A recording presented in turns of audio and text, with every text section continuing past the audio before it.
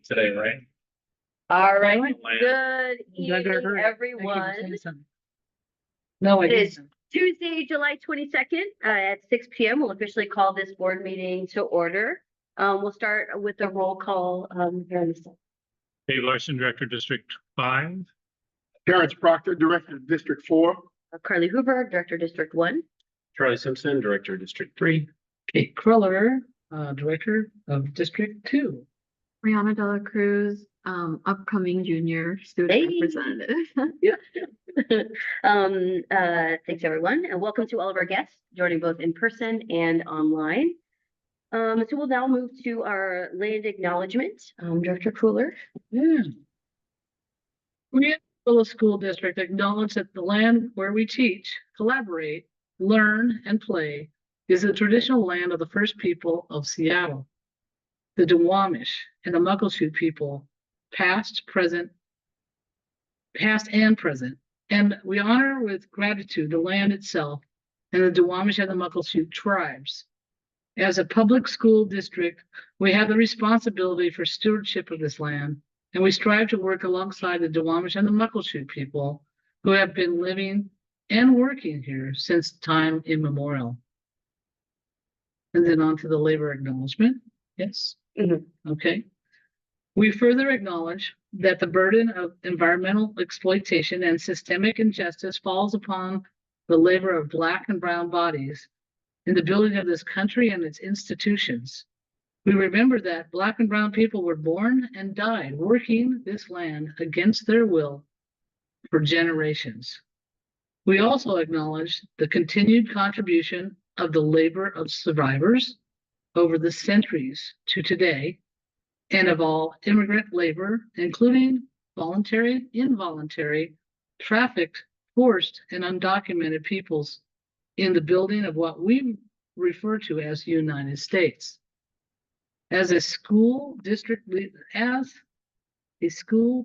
leadership, we pledge to recognize and work against systems that have historically and currently enforce and create inequities among the people we serve. Thank you. Now for those who would like, you're welcome to stand as we salute the flag. I pledge allegiance. To the flag of the United States. To the republic. And under God, indivisible, with liberty.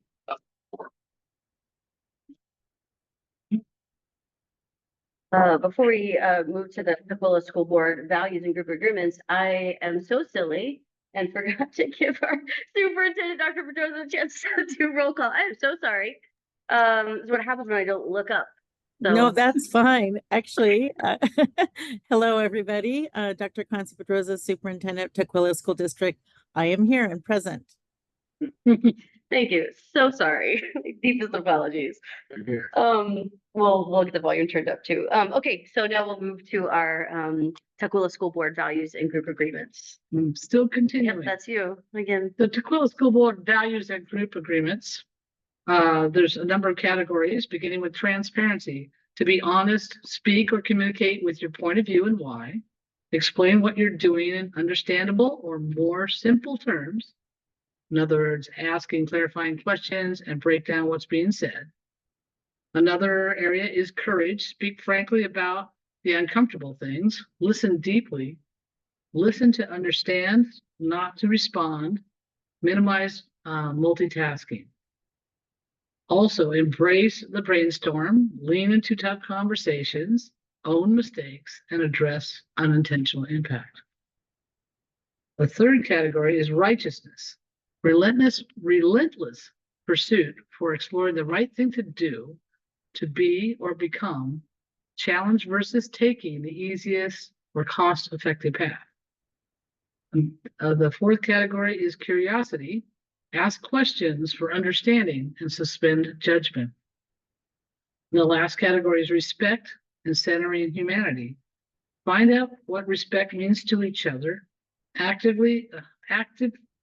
listening, seeing the whole person, recognizing that each of us might be bringing in, recognizing what each of us might be bringing in that day, and ask what the would be the impact on people.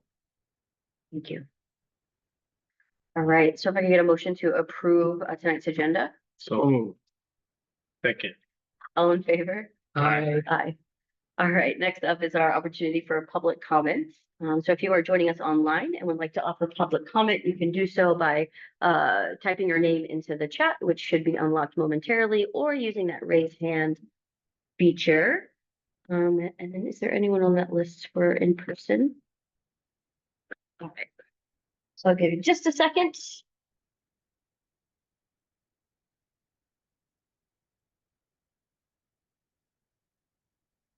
All right, so seeing none, as always, we'll have another opportunity for public comment at the end of our meeting this evening. So we'll move now to our report section of the agenda, starting with our student reports, and also Aiden, take your time. We can come back to, since you literally just sat down. I feel like this has happened before and I caught you off guard. So sorry about that. We can circle back around, but I'd like to, hand over to you. Yeah, so like I don't have anything to report that's like talking directly to my like position here, but I wanted to say that I was able to apply some of the strengths that I learned from being here and at Foster when I was creating new friendships and speaking truthfully about my opinion during my summer program at Yale. And I was also able to use the interview skills that I gained during my interview applying here for my first job, which is at the mall. all right. even in Tequila. Good job. That's amazing. Congrats. And how was that experience with what you did with Yale?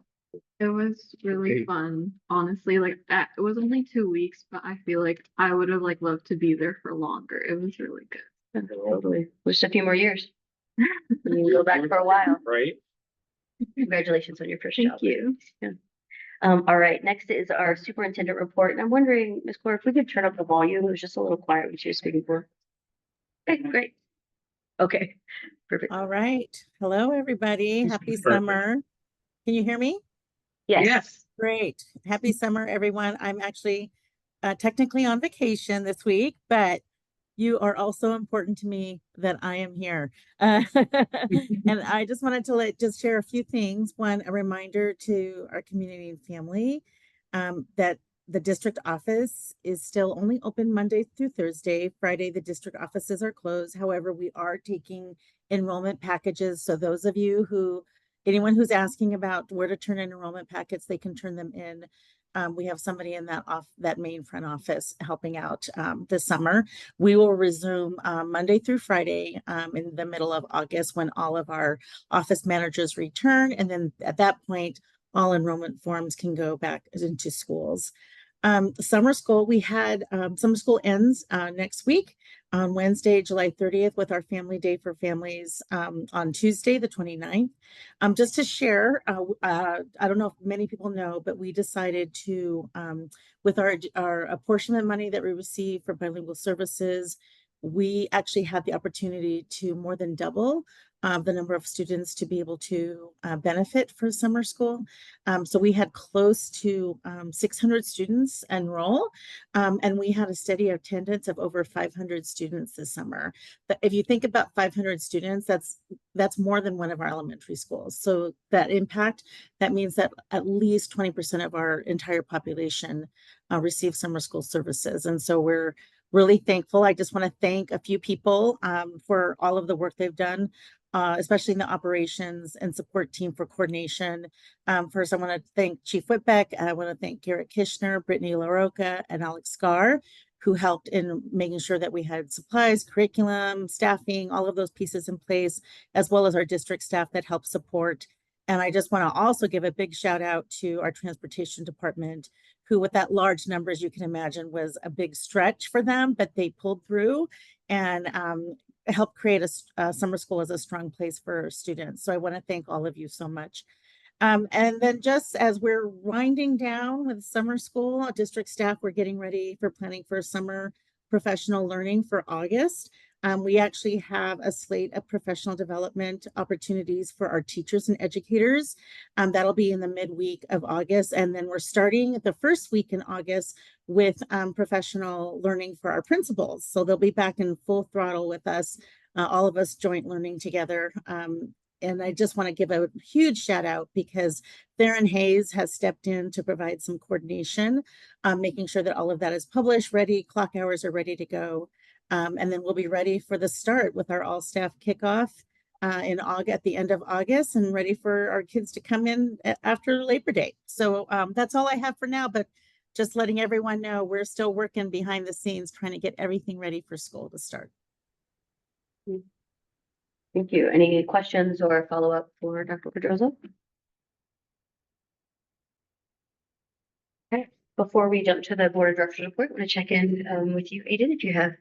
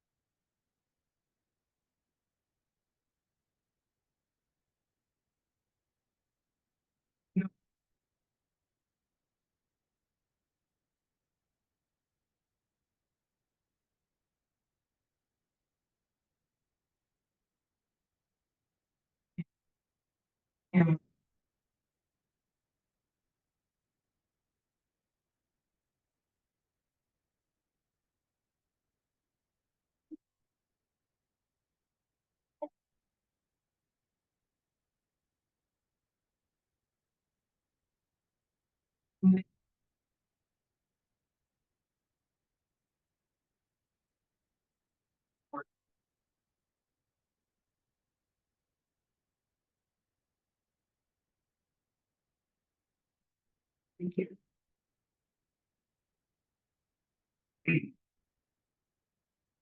All right. Sorry, I was just kind of thinking, I'm just continuously struck by the just overwhelming advocacy heart that I've seen in all of our student representatives since I've been on the board.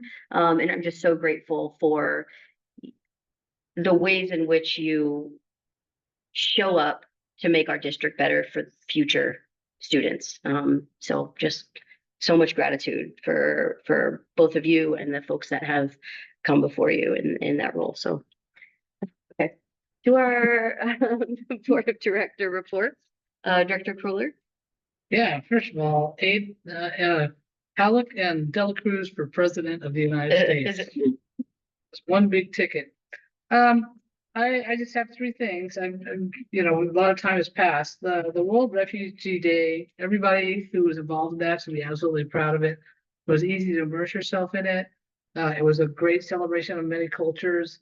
The music was incredible. The dances were impressive, going from booth to booth and understanding what art and items that people had brought. Just really, really well planned out. And I realized that the city of Tukwila was involved in that, and there's some people who deserve recognition there too for organizing the whole thing. And they looked kind of pooped at the end, and I'm really glad they had the energy to do this. So that was important. I also took some time. I don't know what identity I was, either a PTO organization member, a Rotarian, or a school board director. But I live near Cascade View, so they have a soft spot in my heart. And when they put up the fireworks stand and said they needed volunteers, I couldn't wait to get down there. And it was so much fun. And it's just really nice to see people come in thinking they're going to be in Boomtown with really scary rockets and you know, loud bangs, and they look like they're going to turn on the hill and go, yeah, but there's a really big boy fountain over there. How big is it? Well, it's twice as tall as I am when you light it off. Oh, let me go look at that. And there was a constant cheer going up. I showed up on the 3rd, and so the volume started to get higher. They were pulling money aside and counting every time they would build up a certain amount for the ability to afford buses and field trips for students. So they had a real focused goal, and there would be a real chant whenever they go up and put on the bus up on the board and kept track of it with a meter. So thank you to all people who came and put their good money down on school, on the school PTO effort to try to bring more money to the kids so they have a better opportunity while they're going through their education. And the last one is a little bit of a stretch, I know. I'm a little bit humble about it, but I believe in setting examples. I am not the most amazing physical specimen on earth right now. Some of you know that I got a knee replacement last October, and I set a wild, big, bold goal to be involved in the Seattle Portland ride. I've done it 4 times, but I did it with the known knees that I knew, and I wasn't sure I could make it. And I was without a doubt the slowest one out there. Literally, I am there to make every other rider look better as they pass me. But there is, you know, a lot going on. Physical therapists, massage therapists, my parents, my family, people who care about me. It's good for my health, who all wanted me to succeed. And when the leg cramps came, I just kept going because of that. And when it was getting dark and nobody else was out there but me, I just kept going because it felt better to say you completed the mission. And it takes about a week for your Netherlands and your legs to get over doing the STP. Yeah. And I'm just now starting to feel like a real human again. I hope that people on our board continue to set examples either academically or athletically or in any other way to show that anyone, and I felt that more than anything this year, anyone can get outside, enjoy the environment, use your own people power, go for a walk, go for a ride on a bike, or do something that makes a difference in our environment, because it's so fun to just hear the birds and the trees, the breeze in the trees. I know it sounds so dumb, and the babbling brooks that you pass by. I forget that when I'm working. And it's so cool to be young. It's so cool that you can do that and ride your back to school and do stuff. So I hope people can pick out a life sport. Apparently my knees like bikes, so that's what I'm gonna do. I hope that sets the example going forward. So not a whole lot politically or legislatively at this point. I have been keeping in touch with some of our legislators at different events. Keep trying to put the school to the fore. What are you doing? What are you doing? And thanks for the Tukwila promise. Now what? Now what? Right? So that's my report. Great. Nothing to report. Great. I just have 2 quick things. I know I missed last month's board meeting in part because I was traveling back from a conference that Dr. Pedroza and I had the opportunity to attend and present at, which was it was a really unique and amazing experience. I feel like I learned a lot, was really inspired by the other folks that were there, and also felt really proud of the ways in which, you know, Tukwila, we are small but so mighty, and we do just some really amazing forward-thinking work in a lot of ways. And so just, you know, kind of the opportunity to really reflect on ways that we've been the leader, particularly in this last year, and some of our advocacy work and some of our process work in protection of our students. And so it was just a really amazing experience, and awesome to collaborate on something like that with Dr. Pedroza. And then I've also been working a little bit behind the scenes with Dr. Pedroza and the team to shore up some of our after school programming for next year. And I just wanted to appreciate and share some gratitude for the district really leaning into that partnership. Partnerships with community-based organizations can be really difficult to navigate for a variety of reasons. But we stand like committed and grounded in our shared commitment to serving our students and providing access to high quality experiences. So I just want to appreciate the team for really leaning in to that work. So that's all for me. Not a whole lot to report. A lot of the activities winding down towards the summer.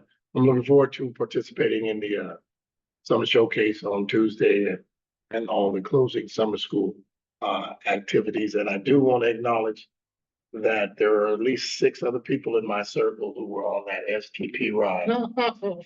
And they all keep trying to get me to come. And I, under note, for the record, while we're recording, no circumstance. You see me on the bike on my way to Portland, find out who's chasing me, where the rifles are, all that. But I have mad respect. Several people in our community and church were on that ride. And one of our Showalter students, former Showalter students, finished, and I'm so proud of him. And he's like, "Come on, Rev." No, sir, not at all. Not a new knee, not on an old knee. I don't even like driving my truck that far, but shout out to that. But being healthy is our wealth, and I like the work we're doing to ensure that academically and socially in our community and for our students. Dave. So I had a meeting, an interesting meeting with Governor Ferguson's K-12 policy advisor, Jenny Choi, down in Olympia, along with a staff person from OSPI as well, to talk about the funding system and how we can reform the funding system, and in particular focusing on what we call the Learning Assistance Program, which for high poverty schools, which has been an aspect of the funding system that's been ignored for many years and would greatly benefit our schools as well. It was a really good meeting. The reason that particular route that I went is because the way the budgets in the state work is, coming in September, the superintendent of public instruction, Chris Rigdahl, recommends what he would like to see in the K-12 budget that comes from the governor, which the governor comes out with his recommendation in December and then sends it to the legislature. And so the first step in the process is to get the superintendent of public instruction to recommend, increasing LAP high poverty money in his recommendation, and which he did last year. And I'm pretty confident that he'll probably do it again this year anyway, as I got that kind of feedback from his staff person. I mean, the staff person doesn't make the decision, but anyway, he understands. He was grateful for understanding the issue. And then the next step would be for the governor to actually include it in his budget. Last year, Governor Inslee did not include LAP high poverty in his budget, a recommendation to the legislature. Now, Governor Ferguson, it's a new governor, and he has, in several statements to the Seattle Times, said that he's for increasing LAP funding. So it'll be interesting to see how that flows out. But I wanted to make sure that the staffers in those two organizations were well educated on what the funding issue is and why it's a really good idea to do that. And I feel like that message got through. The nice thing was, and for me, these were, so I'm a really old guy. These were 2 30-something staffers. But the good news is, in talking with some of the old people that have been down there for a long time, they're pretty jaded. And the young people are, more than willing to engage in this, discuss it, and move it forward. So with some energy behind it. So I was really happy, and we'll see what happens from September and then December. And actually, the governor's policy advisor lives up in this area, so I'm also hoping to get her to come down and visit our district sometime in the fall. And in particular, last year we had our legislators in here to talk about, for example, our quality engagement specialists, which work with the McKinney-Vento students and foster kids and families that are in some distress and need some help. And then also our community engagement folks that work with, or the ethnic different groups. And both of those two are not funded by the state. And I tried to convince legislators last year to at least start maybe a pilot project to fund it for our district for a couple of years and see what happens. And they didn't do it last year. But again, if I can get the governor's policy advisor in here, maybe that's another route to get it into the process. So it's been an interesting learning process to over the years to understand how things work in Olympia and where you can plug in to get things moving. So anyway, hopefully we'll get her down here to talk with some of our folks maybe in September. The other thing that we will need to talk about is from the last session, the 25-26 session.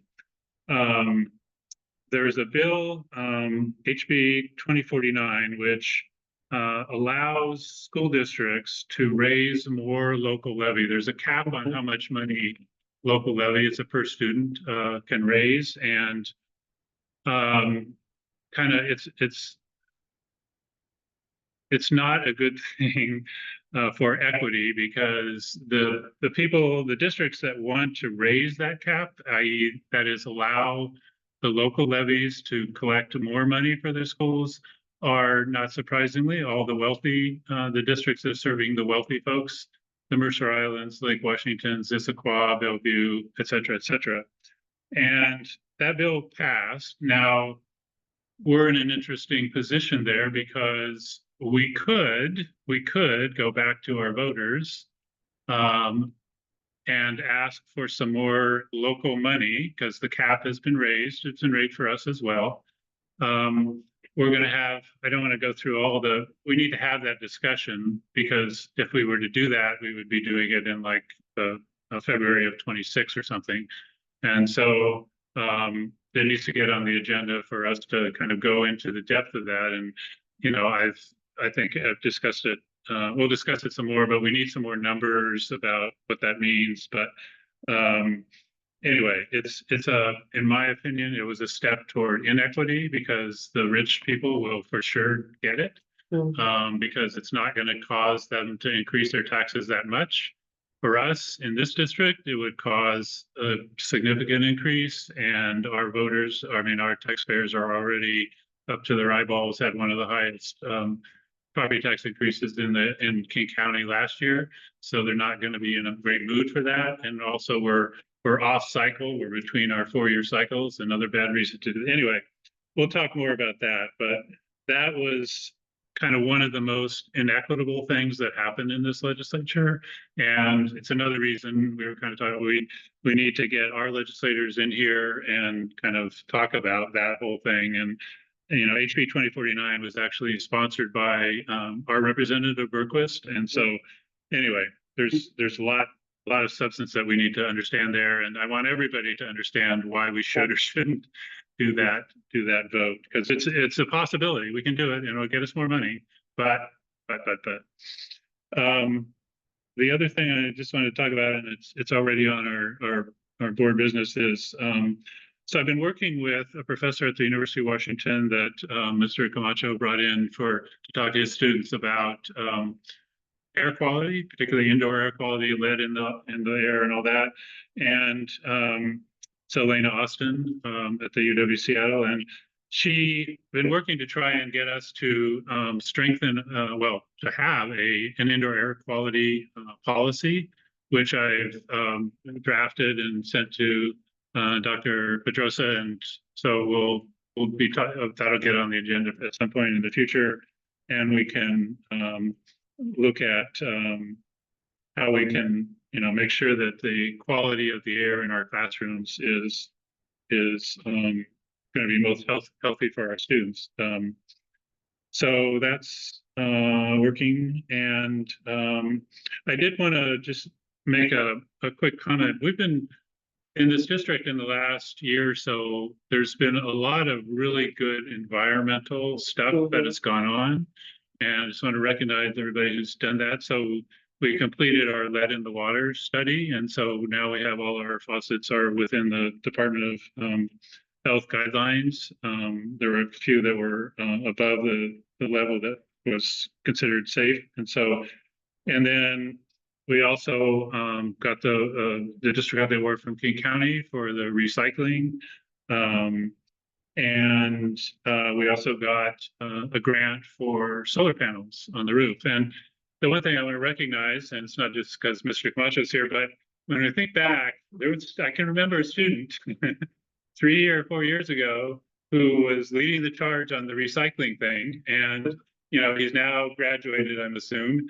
But you know, he was leading the charge on that. And I know about a year and a half ago, I met with some students that were, you know, very concerned about solar panels, and they want to get solar panels going. And so I just, you know, for our students that are here today, I just want to make sure that you know, even, you know, the system takes a little while to do things a lot of times, but you know, it's worth advocating for things that you guys are passionate about, even if you don't see the results until you graduate. It's you know, it's really important for students. And I know there's going to be some, I assume, some other environmental. I'd love to see the students get involved in the air quality issue, and there's other things, the dietary issues. I mean, there's plenty of environmental things that I think students can absolutely get involved in, and just you know, keep going, even if it doesn't happen, you know, right now. We'll work on it and we'll keep going. So that's my report. Thank you. Any questions, comments for anyone? Awesome. So it sounds like we had kind of two actionable things out of that for sure. And I want to kind of check in on what like the best timeline for that would be. So getting our representatives here in a board meeting, would that happen before or after? Or does it matter, our discussion around potentially taking something to our voters? That would probably be before, Okay. Because, you know, Representative Berquist wants us to do that. And so, you know, if you want to hear the advocacy side of that, which I want everybody to hear, then we should probably do that. And, you know, we don't need to, a decision, if we want to put something on the ballot, that doesn't need to happen till, I don't know, maybe November, something like that. So we could, yeah, I think we should do that Okay. first. Cool. But also after, before we bring them in, I want to make sure we have some good numbers about what for happened to us. So you know, squeezing, that's the sequence. I just want to get it on our board business document so that we right, can make right. sure that we're tracking it Right. in our meeting. So if we can maybe put just add it there, and that would be like the House bill number review. Yeah. Okay, steps. Awesome. Thank you. 2040. 2049. Yeah. Okay, wonderful. Thank you so much. All right, next You said two things. Was there a second? it was both of those. Those were the Okay. two action items, having them come, and then a discussion about the potential for a voter. Okay, if we could get a motion to approve our consent agenda. So moved. Second. All in favor? Aye. Aye. Next is our board business and discussion section of the agenda. We have 4 items here. The first is just kind of a quick glance at our board business spreadsheet that we have. Just to kind of name again how we're using this. One is to kind of bring awareness in our board meetings. And then as the review agendas are being prepared, this is used to reference, and then we also pull it up in our agenda setting meetings to kind of check on the status of things and things that need to make sure we get things plugged in when they should. So anything that folks are curious about or want to check in. I think we've been doing really well, honestly, keeping this up to date. So yeah, it's really great. Much cleaner than the one we had before. Yes. All right. So next is item B is external audits report discussion for policy 6550. Dr. Pedroza, are you able to provide some context here? Yes. So last year, well, actually during the 24-25 school year, we brought the external audits report 6550 in front of the board. At that meeting, we reviewed, my entire team, just to refresh with everybody's understanding, the entire team scoped through all of our audits. It was asked of us to do an analysis of all of the audits that were conducted over the last, and we decided to go back over the last 5 years. So the team combed through all the files, called OSPI, called the audit reports, and we gave all of that information to the board. So you had that in the previous board minute. This is a second review because at that meeting, there was a request about how much will this cost if we do this. If we follow our policy and then adhere to the 5-year scheduling rotation of all of the audits, how much will all of this cost us? And so here we have a preliminary cost factor. We also have some recommendations. There is one recommendation to see if we could maybe hold off bringing back full scheduling for our audits, external audits, until after we're out of binding conditions. Or if the board does want to propose doing an external audit of any of our departments, we have a cost analysis of how much it would cost per, depending on the size of the departments and the size of this and the scope of the project. Each department, based on our understanding of how external audits are conducted, you would do it by department. And so here's projected costs here as an example for multilingual learner program. There's about 14.5 staff. That includes school and district staff. It would include some external audits, not only operationals, but also teaching and learning information. And the estimated staff time would be about 30 hours. So it would take time off of ours because there's interviewing. We have to get data information. And our estimation is that it would cost for one department, such as MLL, for example, multilingual learners, it would be $25,000 to $35,000. That would be a proposed rotation for year one. And then if you go down to the next page, transportation would be an audit, same amount of money, same size. We're estimating because our departments are relatively small compared to other districts. Facilities operations is bigger, so that'd be $30,000 to $50,000. HR $20,000 to $25,000, and this is just a proposed. This is not exact finite at all. It's just an example of what a year one, year two recommendation might look like in terms of setting a frame and a schedule for future audits. I guess the point is that it's going to be, we want to have our audits, we want to follow our policy. And, but in order to schedule out our external audits, we need to pace that out because it is a number, if we do 4 to 5 audits a year or even 3 audits per year, you're looking at anywhere from $75,000 to at least $100,000, depending on the external auditors we use for set, and also depending on the scope or depending on the type of auditors we are using.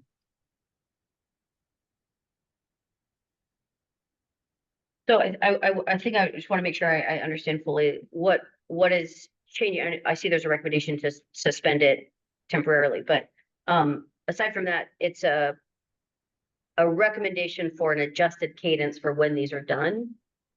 Well, what we learned is through our first initial audit that they hadn't been conducted. There was very few conducted in the last, especially due to COVID. We believe in order to be adhere to the policy, we need to start scheduling out and setting aside funding to support any audits we pursue. And that's 2. And then 3, we just want to make sure that the board, if there's a priority of departments that the board would like to have first on the docket, I would like to hear from the board what they're interested in first in terms of just get a recommendation. We put here some recommendations, but if there is something that is a department that the board's really interested in prioritizing, we'd like to hear so that we can at least get those scheduled. But if we decide to postpone, I want to know if you want to postpone 1 year, next year, when do you want to start actually this audit process? Because then we have to make sure that the CFO and I have planned out an audit schedule with our teams and making sure that everyone's aware and that we do a 5-year plan. At least we can get a 3-year plan in place to support funding our audits from now into the next 3 to 5 years. You have a quick question? Yeah. So what we see now in the order that it's in, is that what administration is recommending? It's what we're recommending right now based on some of the things that we've been dealing with. For example, I know that when you look up on the second page, I know that facilities operations has come up quite a bit. We're looking at MLL or MLL services. I think that'll be helpful in us determining our next steps to support our MLL department. But also, I know if HR is an issue, we put it at year 2, but if so, that's something something that the board would like us to really hone in on and consider, but I just wanted to put this out in terms of what our recommendation is to move Mhm. forward, but I wanted, if there's something that the board's like, yeah, this makes sense, this makes, this makes perfect sense, or yeah, we think that we can commit about this much money to our budget to make sure that we're doing 2 to 3 departments per year, so forth. I just want to make sure that Yeah. it was requested about it. It was requested about funding and how much these would cost. And based on the other audits that we've seen, there's been some auditors that have done different various departments. We just wanted to put in front of the board what the estimated cost would be and when we would start. So I want to hear from the board, when would we start? So if this is a plan for next year, for 25, 26, then I need to work with Amy and we need to find that money right now, make Yeah. sure that we do those. So I got one more, just a comment. Is, Sure. because I don't understand the level of effort, I can see the approximate costs. The only two I might flip, depending on where, if we think we've had kind of a audit desert going on here, it might be technology and athletics. Yeah, so I wonder, if we could, before we have a conversation about the particular departments and cadence, no, thanks for the comment, is if we could just first think about the timeline and the recommendation of when do we start? Because if we make the decision collectively that we're okay, going forward with the recommendation to put it off to the start a year, then we can still have some of this conversation today. We can also have it, then. So, I don't know, can we address that question first? Yeah, so this is actually a policy that I put forward about 10 years ago. And because at the time, I think need a little context on this. At the time, I was concerned about some of the departments that weren't necessarily running. Now, in the meantime, and I'm going to have a little different perspective on this, I think, what we have done is, what this is, first of all, I appreciate Garrett for doing all this work on this. I appreciate the listing it all out. That's very helpful. What we have done in the meantime is we don't have to do a formal kind of audit to get to what I was trying to get to here. So, for example, with MLL, we have hired, with our superintendent, one of the state's experts in MLL. And so in my mind, that is actually the best way to do an external audit, is bring in the expertise and have them transform the system. So in my mind, MLL is kind of checked off because we brought in somebody to do that. And also, in some of the other areas like special education, we brought in, it's been really effective at transforming, getting our safety net money, doing the things that I was concerned about that were getting done. And so that's another example. And then the third example I bring up is our CFO, the finance department. There were things that were not being done well in the finance department. Now we have, that's in order. So to me, actually, is actually the best way to do an audit, is bring in, an expert in transform, because then you don't have to convince somebody to transform. They're there doing it. Yeah. So the need for some of these things, in my mind, some of these things have been checked off because we're actually getting the reforms that needed to be made simply by doing some smart hiring in the process. Now, in terms of putting it totally on, there's a couple areas that I think we could still move forward without spending a whole lot of money to do the formal thing. So in the HR, I think our HR director, there is, recommended, continuing. They'd done something 7 years ago, us a checklist, and recommend doing a similar kind of internal audit in the next 12 months. Okay, that makes sense. Isn't going to necessarily cost a lot of money, and it was helpful before. Let's do that practice again. The other one, and some of these I'm more concerned about. Others, like in the facilities one, there's this long list. There's a lot of external stuff that's already happening in the facilities area. Mostly required by the state to monitor what condition the buildings are in and all that kind of stuff. So we're doing that on a regular basis.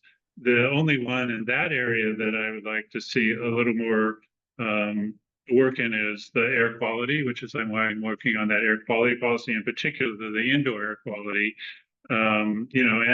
And that one, in terms of the environmental, we've done some really good work, as I mentioned, about solar panels, we got some of the indoor air quality. We got a grant to do the indoor air quality on the circulation of the system between indoor and outdoor.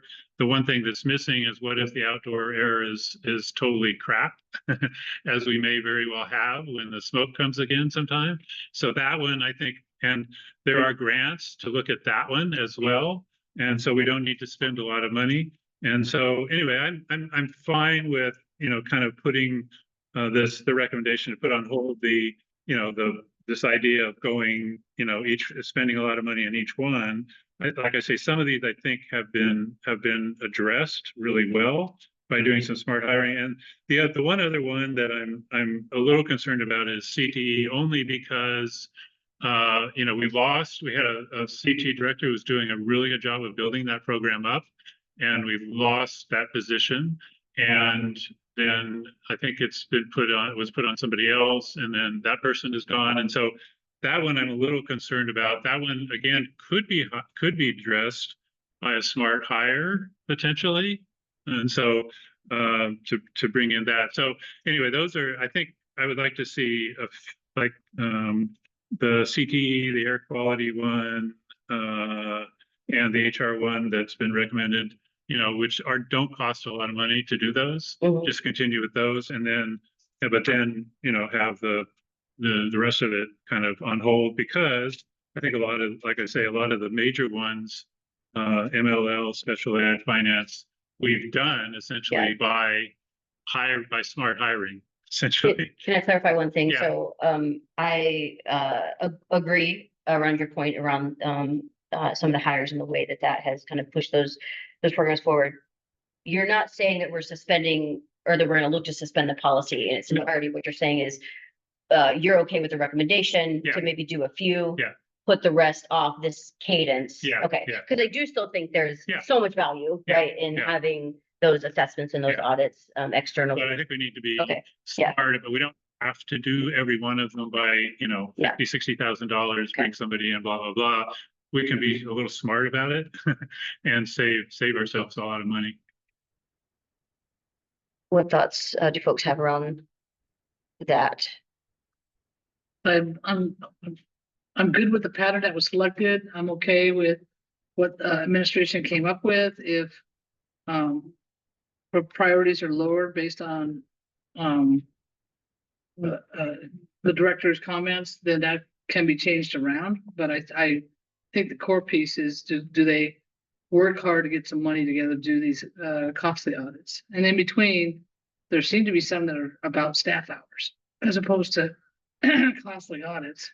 Mhm. And I would still put forward, I think we're adequate in our technology right now, but I'm very, very worried about falling behind in the next 2 or 3 years. And the only way to do that is to have them say, okay, what's our replacement program? What's coming? What are the new technologies coming? We're going to have AI policies. There's just stuff that's going to change on us. And I think we need to be at the ready and looking to the horizon. Yeah, I guess I will add, as far as technology, that's an area that's been near and dear to my heart for a long time. I can tell you from years ago when we had an infrastructure that was in chaos, the person managing that is doing an outstanding job, Sonia, in terms of the infrastructure. I mean, I agree with your concerns about, thinking about the future technologies, artificial intelligence and things of that nature. But in terms of, and I think, his direct supervisor would agree. I mean, he does a really, really good job at, making sure that our devices are all working and the communication infrastructure is going. But I agree with you on the future technologies. Future technologies and business continuity. I don't want to go into detail about it, but security. And just exploring better what we should have in the cloud, which would save us money. One thing, the reference, Yeah. to the cost, the cost that are listed in that. That is listed. What I did there is this for you, one is that recommendation that I did the cost. The staff planning is identified in addition to. Okay. That staff. Needed if we did an external to support the external. To pull records together that work with the. So there would be a cost associated. It's just not there for past year one. Yeah, Okay. okay. So you have 25 to 35,000. Is this OSPI? Is this where you're gathering? Who did you check or do your reference of who's going to do the audit? I offset. An audit, the, leads nationwide, they, here in Seattle. With him, but the process, they will go through. I'm. And I guess in the past, we have gone to the ESD for help. It depends on what the subject is and whether they have expertise in that area. Yeah, Yeah. it's very limited in terms of where they're. Yeah. So they turn out almost always to be much less expensive, but it depends on what the subject area is. Well, I would just add that, I support the recommendation to postpone. And I think we got, in my mind, for a different reason, but we're at the same spot. I think the internal audit is always, I've always viewed it as the preparation for the external audit, which makes all the positions in place to have the material the external auditor would have. It was a lot more efficient, less hours, because you've done the internal, you did the external, but I think all of it should be postponed to after we complete the binding conditions, because we're already under that same type of audit and scrutiny and ducks in a row and all of that. So coming out of that would be right around the year you would be postponing it. And so it works. Used to shooting the same duck with 3 different guns at the same time. I'm sorry for all the people, but is that, so I still support the recommendation, probably I got to that place from a different road, but it would be overkill. So I guess the question then could be, or maybe what I propose is if we postpone everything for a year, unless there's something specific that you want to get a quote or a cost estimate for. If there's a particular department where you're like, I really feel like we need to do that audit, then we probably need to get that cost estimate. Well, I mean, everyone. I guess I'm for looking an at. external, but I mean, Yeah. if for the HR wants to do the internal process that they went through. Okay. Good. So collectively, we are okay with postponing all external audits until we are out of binding conditions. Yes. Okay, is that a motion that we have to make? Okay, great. So I'd like to make a motion. I'd like to make a motion. Do it, please. We postpone external audits until we complete our binding condition. Second. I have one comment to that before we go though. So, but if that is the motion and I can agree with that, if the audits are set in place, then at the point that we're out of binding conditions, it happens. Not that we come back or the next board comes back to the meeting To vote. and then to vote for another one for another year, but that actually that is the standard of which then the audits will begin. And that will propose what those audits will be, probably the first round at that time, and who's going to be performing the audits. So that it then that gives also our staff to do the internal so that we're ready for the external. And if that's true, because the auditor may not find something, we hope they're paid to, but if they don't, then the cost would go down. So I just want to make sure I that think that's a we're, great point, and if I could speak to the spirit of my motion. Hmm? Spirit of my motion is assuming that the policy is already in place, we're just moving it to here because of where we actually are.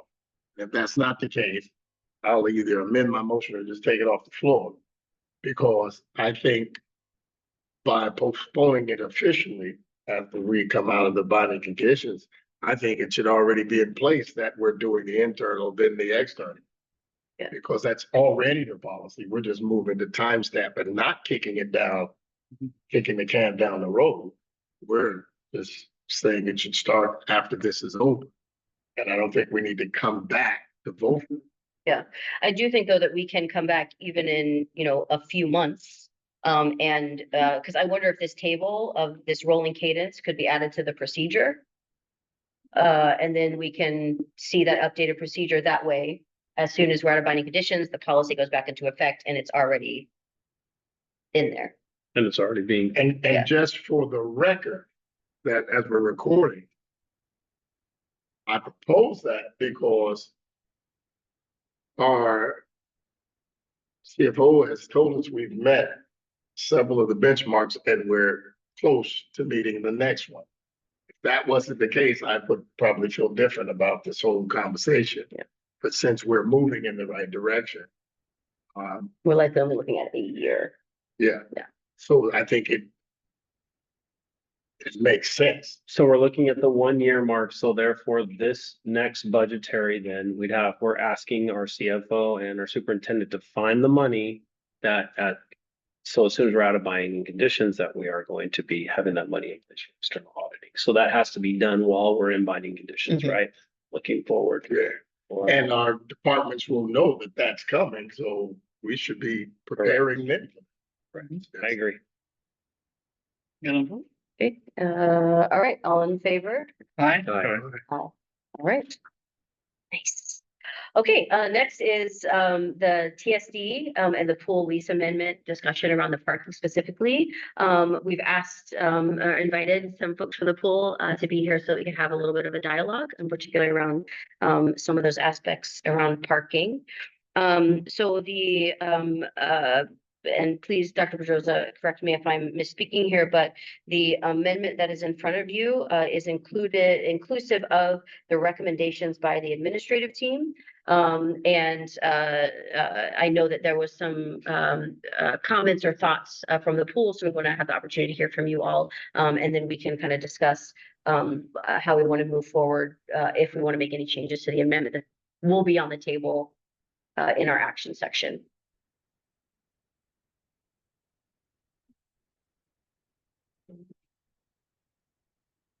Are we taking comments or are we just gonna go down some of these recommendations? Um, The memo has it pretty concisely. yeah, so so the memo is what's in the agreement. So I think we can have some conversation if there's anything particularly in the agreement that we'd like to discuss. And then if the pool folks have some things that y'all like to share, maybe we could start with that.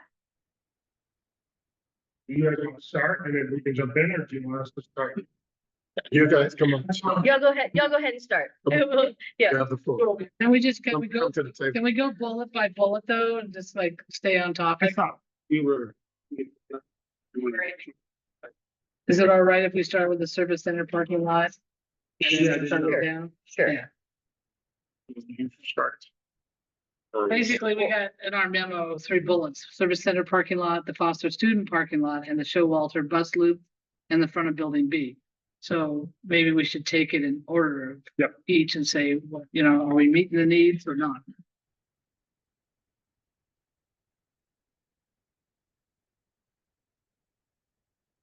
Then it got quiet.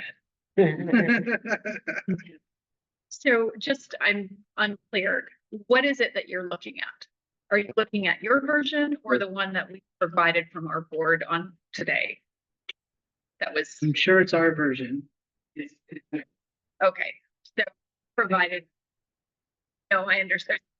I think today's Monday, it feels like it. And my suggestion is that we just talk about it area by area, Okay, so we don't end up in a bunch of. so yes, we Tangent. provided an update from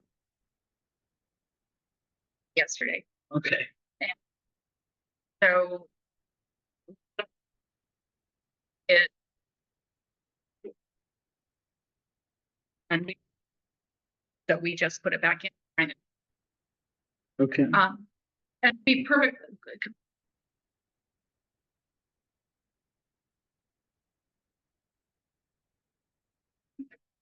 About.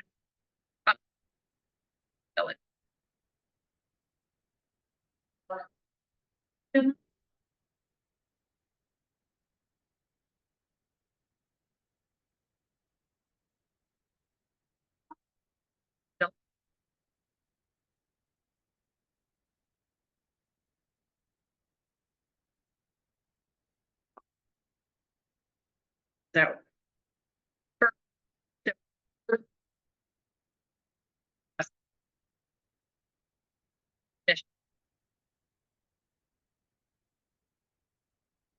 Yeah, so the question was Showalter bus loop or Showalter bus loop, the Showalter bus loop and the service center, and are those adequate? I think is what Kate was asking. The Showalter Middle School parking, we typically really aren't utilizing. I think our pool patrons are either parking at the high school and or any area they can typically find in the proximity of the pool itself. We've directed folks over here on high capacity event days that TSD typically offers on the weekends. And so we see that it becomes overflow for anything happening between TSD and TPMPD, as long as folks know that this lot is here. Bus loop typically isn't accessible.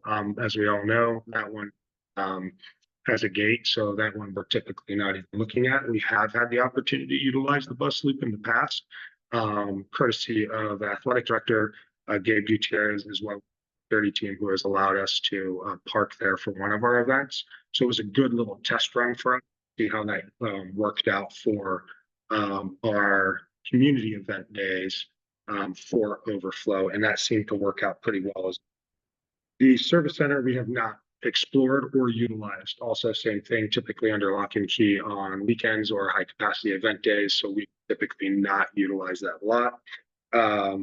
We have utilized through some creative coordination with the athletic director, not only the 17 lots that face the west side of our facility up front alongside the pool, but we've also been able to carve out an additional 28 lots on the first 2 rows of parking as you enter to the left. So that's about 28 stalls that we were able to cordon off for one of our community events during a high capacity day.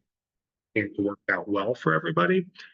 So that's been our typical experience and practice as of late, in coordination, again, with athletic director, security team, as well as just utilizing the relationships we have within both organizations.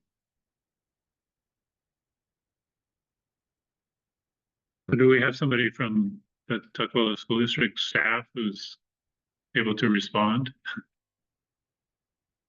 Coffee still on the line? I'm not sure, she might have stepped away for just a second. Oh, no, I'm here. There she is, okay. I'm here. Sorry. I just, I'm, You're okay, you're on a Yes. trip. I was eating something. Yes.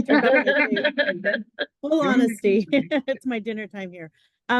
Okay, just the only thing that was for us, and so just for next time, I think would be helpful is just letting what we'll try to do, and we'll try to do the same with the pool group, is when we send back changes, I'm gonna try and send back track changes. So Yes, that'd be Vanessa and helpful. Brad, if you could do that too, when you send us back a proposal, because I've been trying to look at both documents and compare, but I don't see the track changes. So that's just something we could commit to moving forward. That would be great.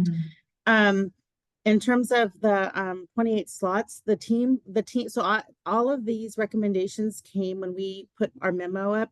I met with the team. So when I drafted my response, and the first we took this board's recommendations, and then I met with Gabe, Liliana, myself, and Amy. We met in it as a team to work through all of those pieces and what's feasible, what can we rely on, and with the greatest hope of providing as much flexibility as we can into this agreement, which is why we offered the service center, because it is typically locked, for example, on the weekends. But one of the options we came up with is to just give the pool group a key.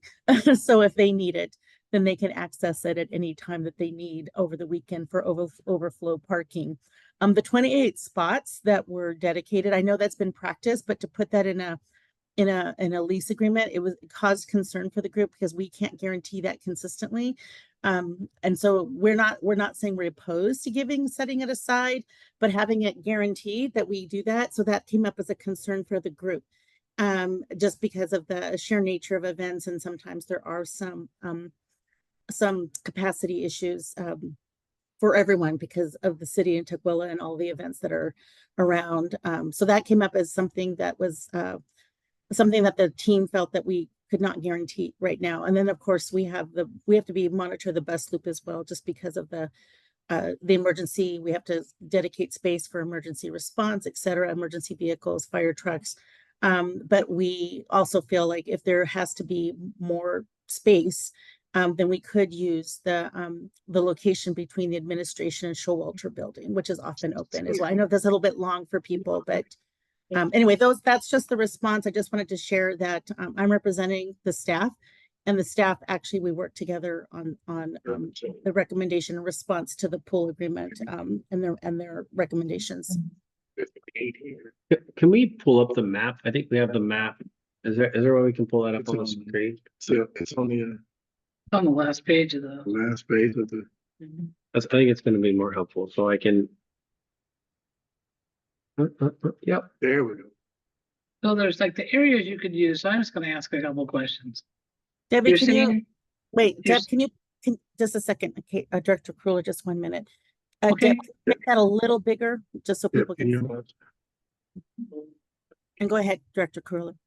I'm just gonna walk through the parking lots. I'm not even gonna go in the order of the menu. I'm just gonna start with the loop. You're saying the loop is viable or not viable over by the administration building between Showalter Middle School and the administration building, way over there on the right.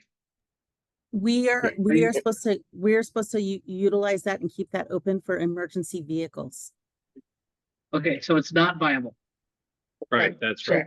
So I think, does the pool agree that's not gonna be in the lease?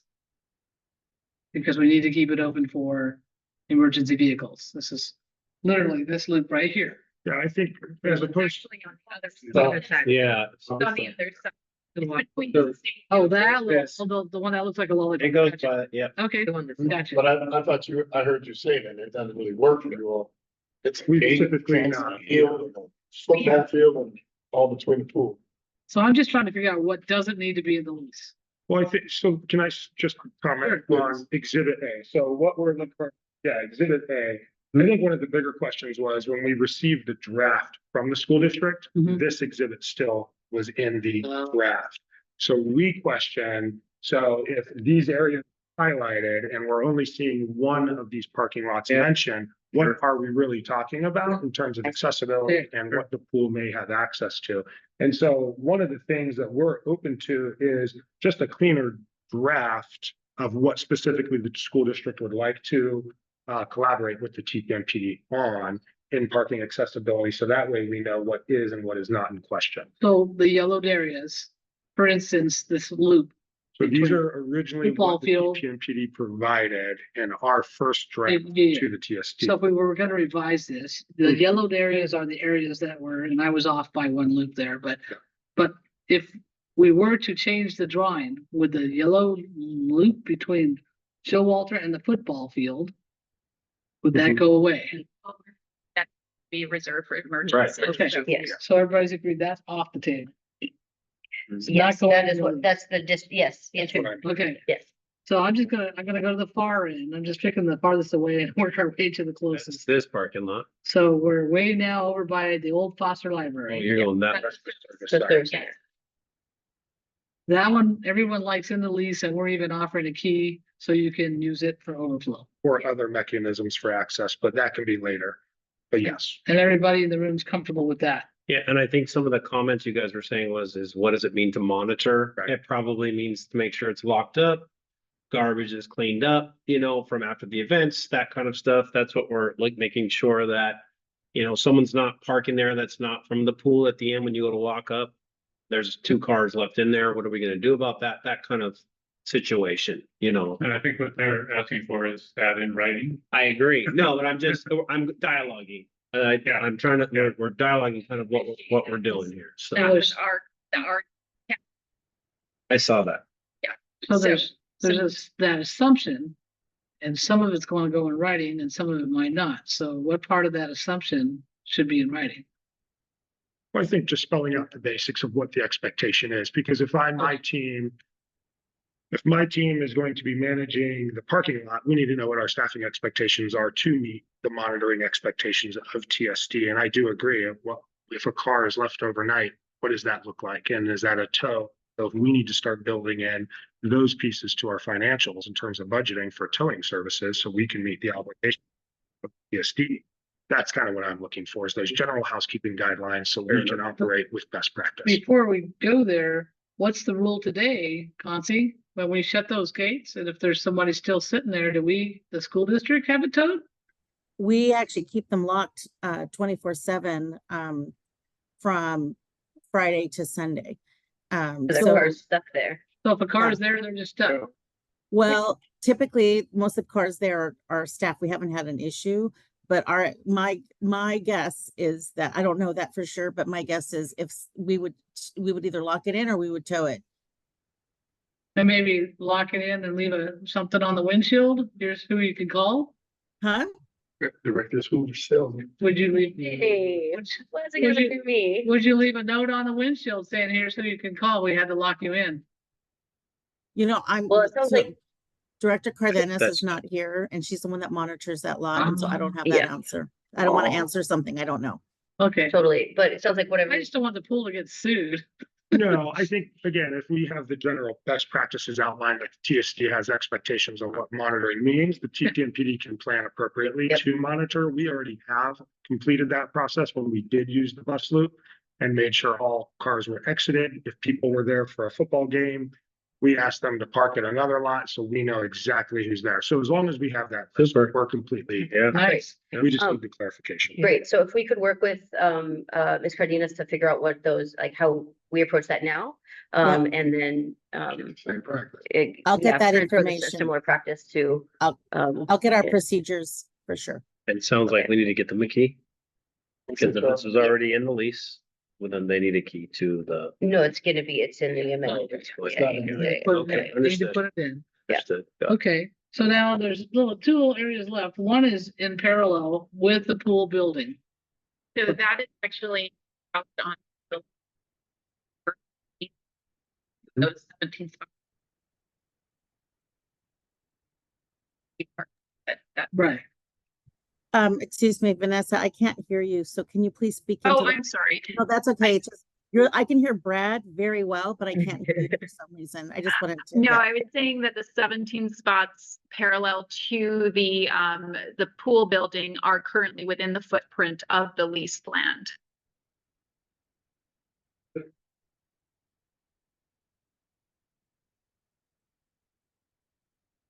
Yes. Put cones up or something, okay, because I've been guilty of parking at the far end disabled on the way to a football game. But it's not at one of your events, so, okay, You Cool. know, And then that last highlight was the 28, okay. And kind of hearing the thoughts behind the district team, does that make sense that again, in practice, I think we can still coordinate effectively? Yeah. Okay.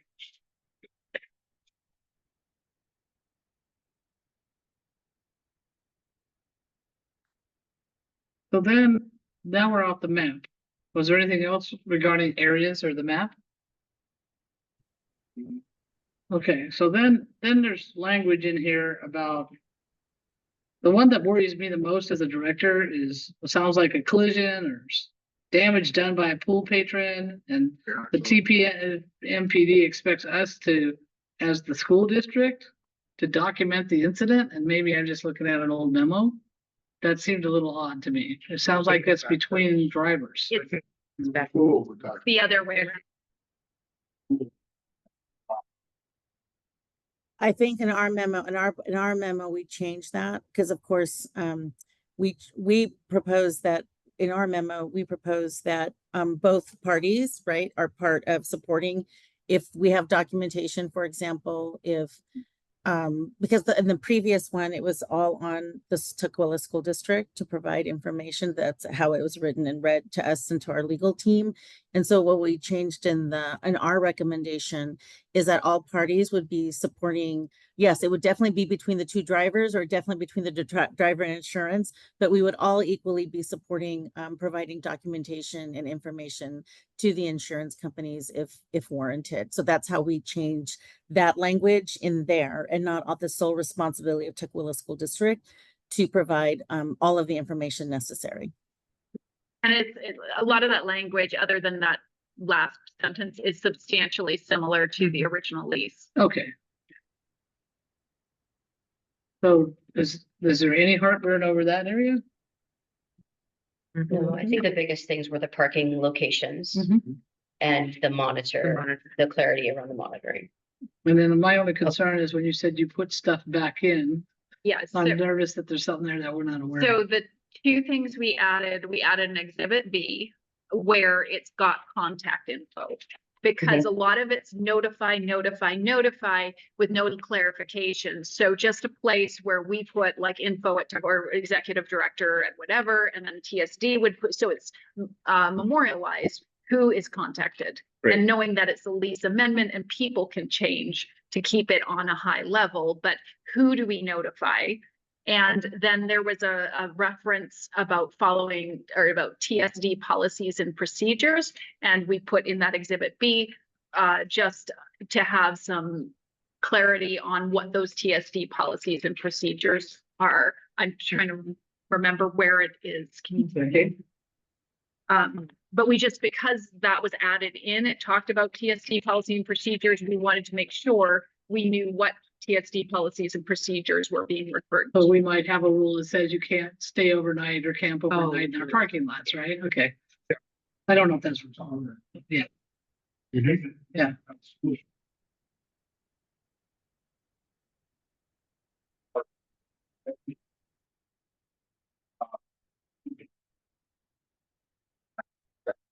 This was the.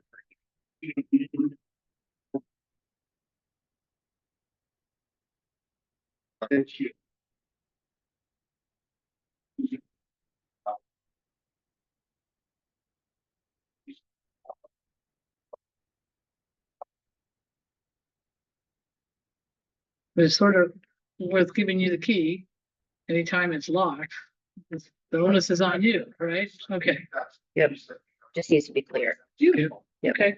So sorry to just circle back to, it's 1.2.4, which was, it says TPMPD will coordinate through school district process and procedures. And we just put attached as exhibit B, just to make sure we all are understanding what that is. Got it. Yes, we can work with. Thank you. It's important that all those procedures are clarified for everybody. Came up multiple times during review and then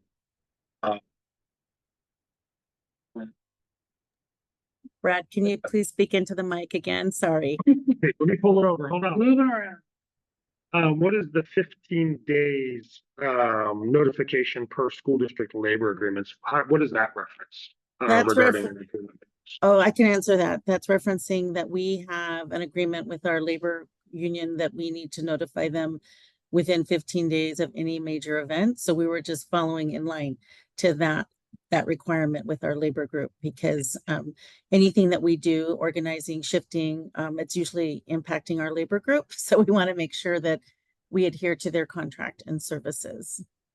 That's great. Thank you. That's Yeah, a lot of hope that labor clear- groups, but a lot of Yeah. labor groups. What are you talking about? Like custodians and other people, so they know there's This gonna is be. specifically SEIU, but I didn't want to Gotcha, put food that service. name in there just because for Mhm. flexibility, you Sure. know, because other educators fall under another labor group, but specifically the impacted group here is SEIU. Thank you.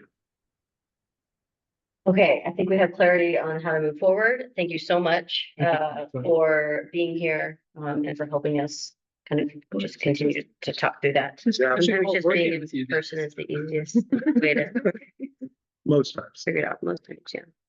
Thank you all. Thank you. Thank Yeah. you. Sweet. All right, any kind of other thoughts from the board? around any of this. I think we've exhausted conversation, but okay, cool. All right, so next is the board discussion around the 25-26 budget.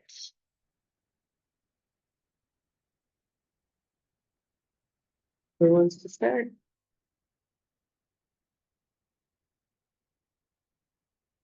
I may have more later, but I exhausted all my questions in the hearing. And did you? Well done, Director. Yeah, so I guess I have. to Okay. start, and we had a little discussion about this offline, is so this budget is asking us to approve a budget that's not going to get us out of binding conditions this year. And I think, I don't know, if it would be helpful to kind of bring back some of the background that you gave to me about, you know, why that context was useful and how the ESD is looking at this and that kind of stuff. Yes, so Amy Fleming, CFO. So as presented in front of you, we have a budget that is representing a 2% ending fund balance at the end of 25-26, and our binding conditions require 4%. Right. Now, as I say that, I'm continuing to work with cabinet and the superintendent to identify, you know, cost saving measures to hopefully get us to that 4% ending fund balance. That being said, when I submitted the budget to the Puget Sound ESD as required, they actually had no questions, and actually in previous conversations with the ESD, they indicated to me before I even finished the budget that they knew it was going to be very hard and difficult for us to reach that 4%.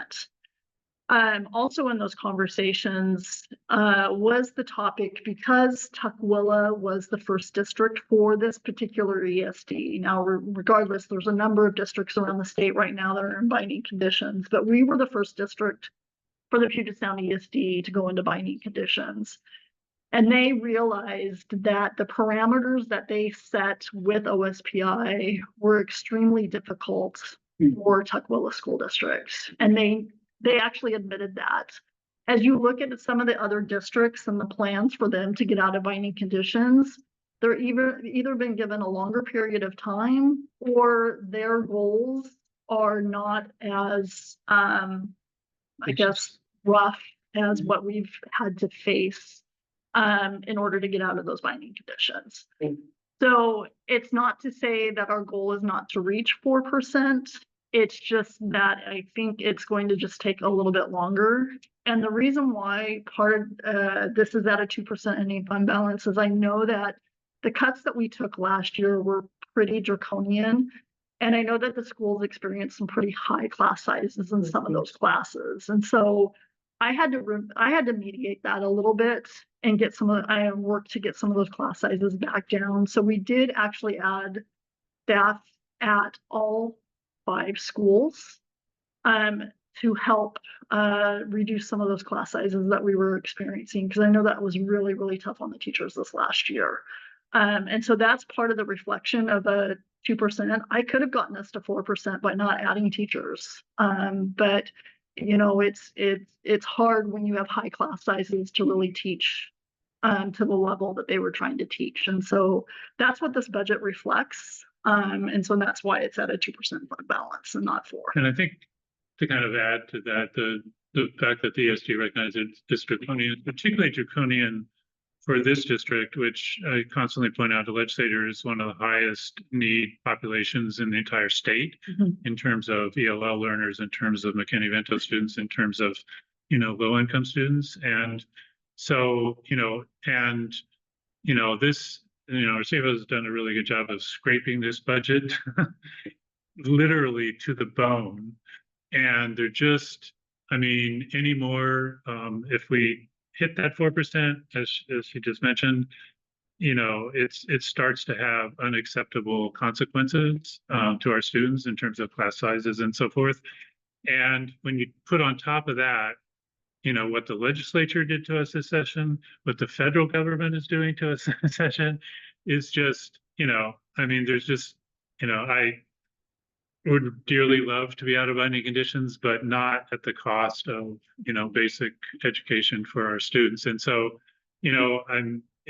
before I had the little conversation with our CFO about this, I was kind of inclined to vote no on this, but given all those circumstances, yeah, I think it's good. It's So the way we have to even go.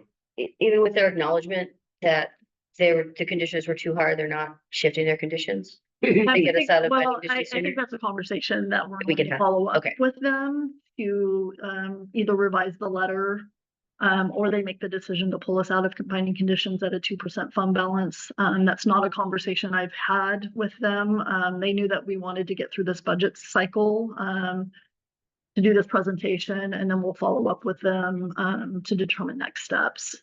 I don't know if it'll be an extension or if it will be well, you guys are doing the work that you need to do, and so therefore we're comfortable to get you off binding conditions. So that's a conversation that we'll continue to have with the ESD and OSPI to see what those next steps are.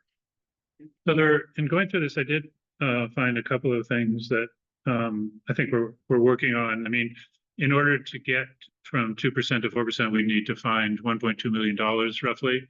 And one of the questions I was asking, when I was looking at our rental facilities, we're renting out, where's that one? Yeah, rental facilities are bringing in 114,000, but it's costing us 231,000.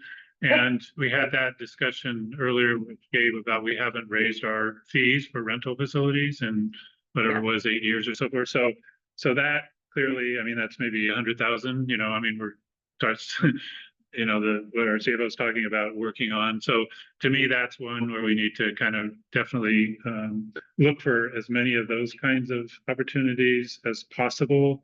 The other one that I was looking at was, so we have,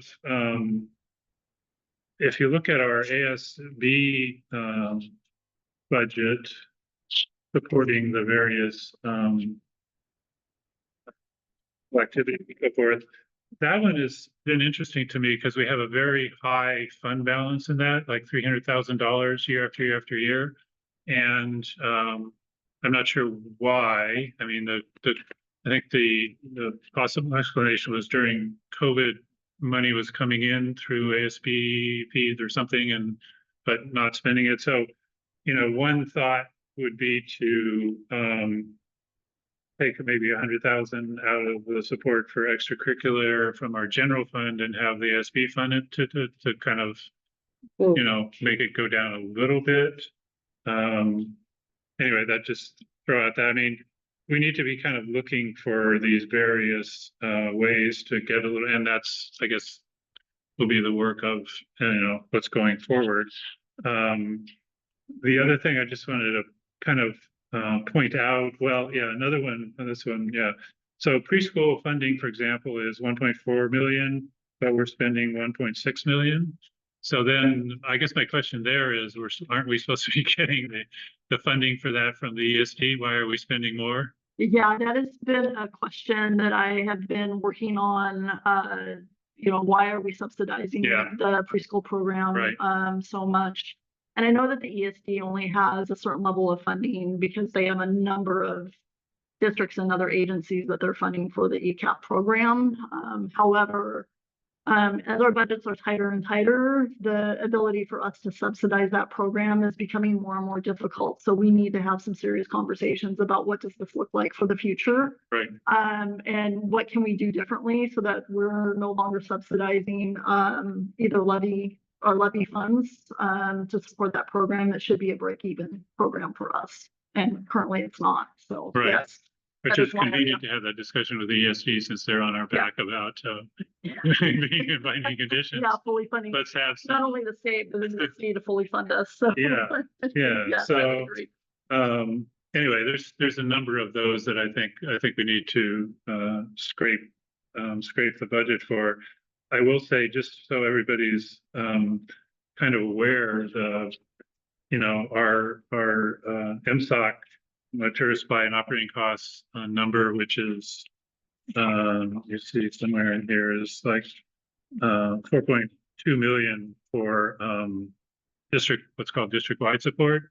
You know, over half of that is insurance and utilities, which the state is massively underfunding us at. So those are facts that I absolutely want to throw in the face of our legislators, because they did a horrible job this last time of, you know, stepping up.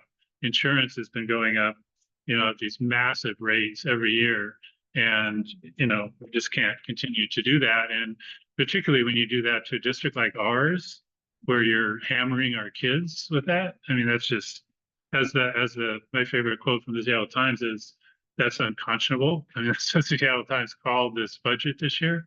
And so I'm going to use that. That's one of my favorite ones to use. And so I'd Um, like to point out on that too, on page 31, that's a required document that we must present to show kind of the funding components of what the state funds us and then how much we're spending. And like Director Larson said, $976,000 in insurance, $1.2 million in utilities. I had to add in $105,000 approximately for election costs for board directors, because we have to pay that as a district. Data processing, which is our fiscal fees for our software for student and fiscal, so we can do business. That's $152,000. And then $70,000 for the state auditor's office. So no dollars were built in for the conversation about the internal audit policy that we just had, but we do spend $70,000 each year for the state auditor's office to come in and do their external audits. Thank you for requiring these audits that you don't help us pay for. So that just gives you a flavor of what is embedded in that $4.2 million line item in Program 97. And it also includes custodial supplies, maintenance and operations facilities, my department, HR, superintendent, the board of directors, you know, some of that, all of that is included in this $4.2 million. So just so you're aware. So. And just so people know, under board of directors, always the vast majority of that is legal costs, because that's where they put legal costs. So, just to let people know. The other one that, there's a few things that kind of stand out on page 16, where we're talking about, you know, the staffing of what the state funds and what we're doing. Massive additional paraeducators that this district has way above what the state funds. Mhm. And so, you know, I know that's been under discussion for a while. Yeah, and part of that includes the conversation about ECAP funding, because Okay. those are our paraeducators. So this includes Okay. all grants. So the paraeducator model is for ECAP is not certificated teachers, it is paraeducators. Paraeducators, So okay. that is part of why we have 45.13 paraeducators. So So the other one on page 16 is the support staff, which you say is school office managers, school office secretaries, business office staff, human resources staff, administrative assistants, communication staff, and custodians. mhm. So that's another one where we're way above what the state actually funds us for, which is why at the end of the day, you know, our local levy dollars, you know, most of it goes to, this is supposed to be enrichment for student enrichment. Most of it goes to funding positions that the state doesn't cover, and also salaries that we haven't got to that part. The salaries that the state actually funds is a fraction of what it actually costs to actually hire administrators and teachers and so forth and so on. So, you know, you start throwing all that stuff together, it just becomes, and you do that year after year after year, you do this kind of thing, you know, where you underfund a program year after year after year. You know, it's why, you know, a lot, not just us, but a lot of school districts are going rapidly into the red, because they just don't cover it. Can I ask a question here? Are there districts that you know of that are actually fitting within that state prototypical funding? Not one. Would they look about the same as ours? Yep. Okay. So I know I read this report a couple times. And there's a lot of information here, and I'm usually pretty good with my numbers. But what the numbers I want to hear are when we started binding conditions, how much in debt were we? And where are we now? And when will we get to a point where it's resolved? And So, what will those numbers be?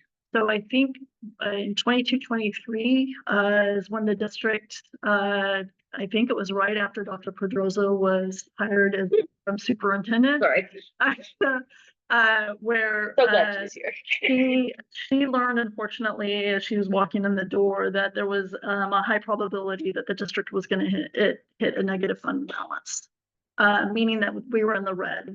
We spent more than what we brought in, and so sure enough, as the books were closed, that is what happened, and that's what put us immediately into binding conditions. So can we say what the figure is? $717,000 negative. And I'll say again about we alerted OSPI Yeah, before they even came to us Correct. to okay. just. So then 23, Good. 24. So then in 23, so this can all be found on page 7 of the Thank you. document. That's what I was asking. And so it's in this first Where's the kind grammar? of summary box. here. That might be enough right there. And Just- typically our budget doesn't show 2 years of actuals. It only shows like the 23 most recent. I always like to show 2 years. I think it's more reflective. So 22-23, we ended the year with a negative ending fund balance, 717,000 in the red. In 23-24, we turned it around, mainly because we maximized all of our ESSER funding. And we were able to identify costs from previous fiscal years that should have been reported on those grants weren't. We moved all of those costs over because it was a 3-year grant. So we ended the year with a positive fund balance of 181,000, so barely above the mark. When I was developing the budget last year, again, I felt like I couldn't have a balanced budget. So the budget shows that we were going to end the fiscal year at negative 1.4 because we were projected to be at negative 4.3. And so as we're going through this fiscal year, I believe that we'll end the year close to about $1.2 million ending fund balance. And so the budget for the next fiscal year has been built with about the same ending fund balance, a little shy of $1.25 million as we're going into the 25-26 school year. Did that so fast, but that was an important figure, the 1.2 million in the black. Yes. Yeah, okay. Do we have any loans though out? No. About to ask. We We paid have back all some, our we funds. have some debt service on buses and stuff, but that's all cooked into this, right? So, yes, so we repaid the interfund loans. I had asked the board for approval Right. for the chance that we would have to take an interfund loan. I was not sure about the month of June. That is a tough month for school districts because that's their lowest apportionment percentage that they receive. In addition, we were notified by OSPI that they had a budget shortfall. And so the apportionment payments that we were receiving were going to be further reduced. And that it would be made up in the new biennium. So it's always a ploy for the state. When they run out of money, they just push it to July. And so the money that we were supposed to get at 5% was a little bit less than that. I did not have to take an interfund loan in June. I have cash of about $1.2 million right now. And so that has been very promising for us. And that's been the really good news is that we haven't had to take an interfund loan in the month of June. So our cash is starting to look better. Our fund balance is starting to grow.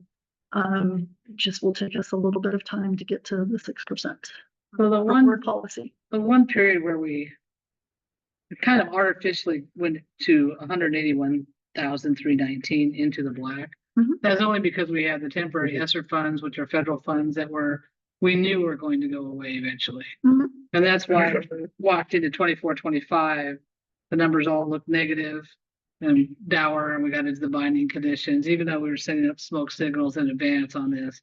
It's somewhat artificial what happened in 23-24. If we would not have had ESSER, we would have been in a negative ending fund balance. Yeah. So that's what pulled us out. And when we built the budget, We didn't know what the outlook was like for ESSER funding and the capacity that would be left.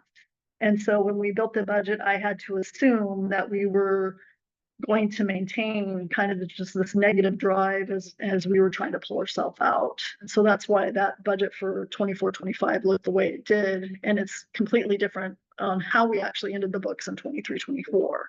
Like I said, ESSER is what helped us get back to that positive fund And balance. we toss around the 4%, 2% figure, but what they're saying is the goal is to be 4% in the pink.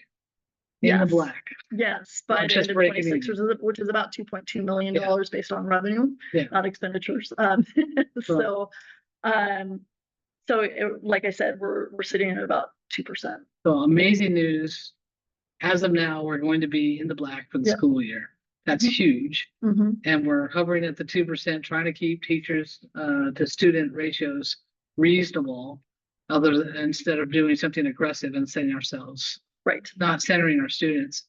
And that eventually we'll crawl our way into 4% with a little more patience. Yes. But as long as they don't keep slashing and cutting everywhere else. And then Yeah. eventually 6% to align with our policy. Which is our policy. Yes. To not be hanging at them. That's the story I wanted to tell sometime in case anybody was That's what listening. needs to be in the paper, the rest of the stuff. Well, that's not, to me, that's a headline that we're even in the Good. black. That's huge. Is there some exchange of memos going on between you and OSPI? But yes, there Yeah. will be. That will We'll confirm? have another, we don't have another meeting scheduled with OSPI until we close the book. However, I'll be in conversation with the ESD here shortly. They've seen the budget. Like I Okay. said, they had no comment. Their only comment was on the required 4-year budget. And they were asking why, so if you look at the 4-year budgets, in the document, I can't remember what page number it is, but it shows in the outlying year, Mhm. a negative in fund balance. And that's only because I made an assumption that there were no real changes to anything. So it assumed a 1% revenue growth, but a 2% expenditure growth. So it was assuming no adjustments were going to be made. And as we budget every single year, we always make adjustments. We always work to make sure that we're maintaining that, a positive fund balance. And so it just goes to show that there's going to need to be future work in the area to make sure that we are increasing our fund balance to get to a 6% per board policy. And that, this is just a continual work, looking at things, how are we going to do things differently? What does that look like? And that's on page 39, the 4-year assumptions. And you tell me the difference. So I'm on page 23 Mhm. between extracurricular activities and stipends and extra time. Yeah, So so, is extracurricular, is that primarily athletics? Yeah. Okay, yes. so that's the coaching and all that. Yeah, so it's all the athletic coaches. There might be some extracurricular activities for maybe some events. Trying to think of a good example. Our drama stipend might be in there. That's paid for also out of the general fund. That would be considered extracurricular. So that would be included in there. And then the stipends and extra time is related to teacher professional development. If they're doing after school activities, they're outside the classroom.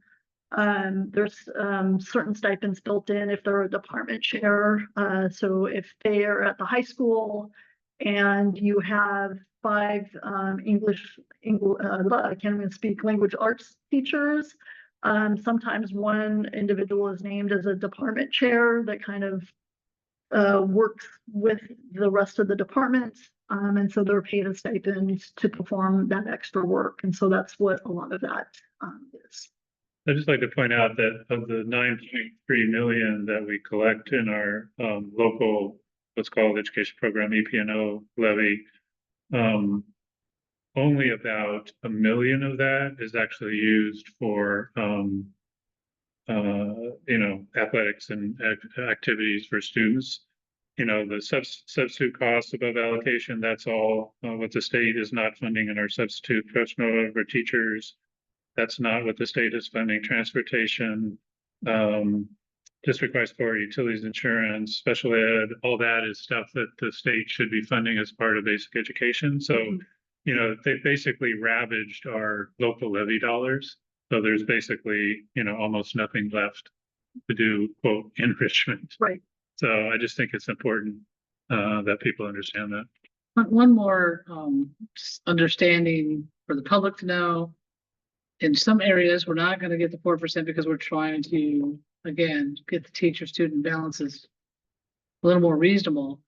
But we haven't talked overall are there position losses happening this year? That's a short question. The long question is, does attrition and some of this moving things around, are we gonna see the cuts like we had a year ago? No, you don't see the cuts. So what was presented to the board in May was significantly less than what we presented to the board the previous fiscal year. And so the cuts have been much more minimal this year. Of course, we'll lose staff through the year through attrition. You do get some cost savings because as you're trying to refill the position, there's a period of time where the position's vacant and you were going through an interview process. And so there's always a little bit of salary savings you get in that realm. So it will depend, you know, if people are leaving mid-year or not leaving mid-year, you know, what that looks like. So, but there always is a little bit of that happens in school districts throughout their fiscal year. And then I'm just touching on the sensitive areas here. In the last year, some people may or may not appreciate that administration took furlough days, and if I'm correct, it's somewhere around 12 each. Yes. And that's why we hear announcements about availability of someone out front, but maybe not on Fridays back in the office, because people are taking a bullet, frankly, for the cause. Is that remaining the same? Is it getting more severe, or are you taking your foot off that gas pedal? No, so what we did was we forego we are not asking our administrative staff to take furloughs. However, we did not pass through the IPD to our administrative staff. So they are essentially on the same 24, 25 salary schedule. Will be the same for 25, 26. Okay, so there's still. There are a few positions that actually ended up taking a salary cut, small salary cuts. But for the most part, the furloughs are complete for this next fiscal year. I just want to pause and appreciate that. Yep. It's not easy to sustain like that. I've worked for state government where they've done furloughs and held us back for years. Yeah. So I appreciate what's happening there too. So a question I want to ask, we've been talking almost all about the general fund. Yes. And so the other one, and this, I don't know, Aiden, you're the treasurer of the ASB, is that correct? So it's interesting that like there's a $300,000 fund balance at the end of the year for the ASB. I'm wondering what you guys are, I mean, it's been pretty high for year after year after year. How you guys are thinking about that?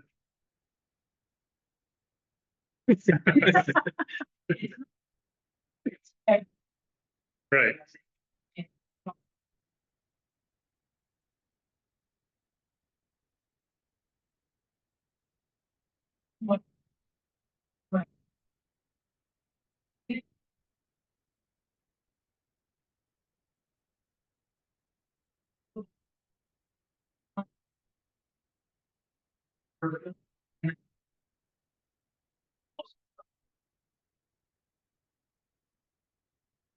So what do you think about given that the general fund, you know, puts also what, $1 million or so into the athletics programs?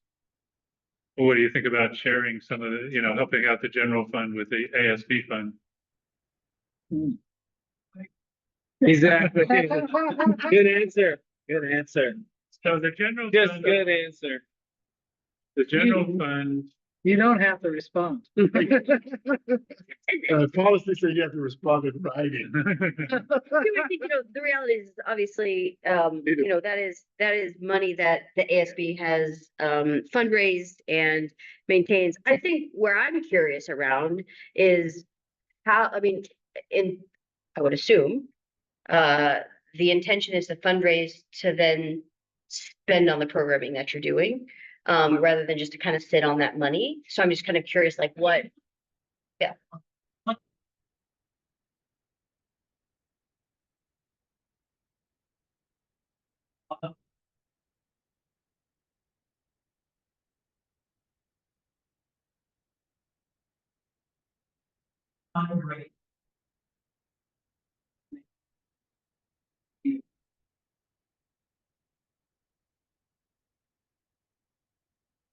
And like.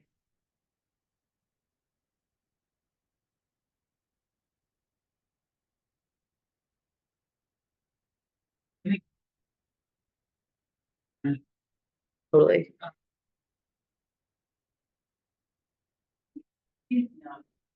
We can spend it on it. This one. Anything. Totally. We can.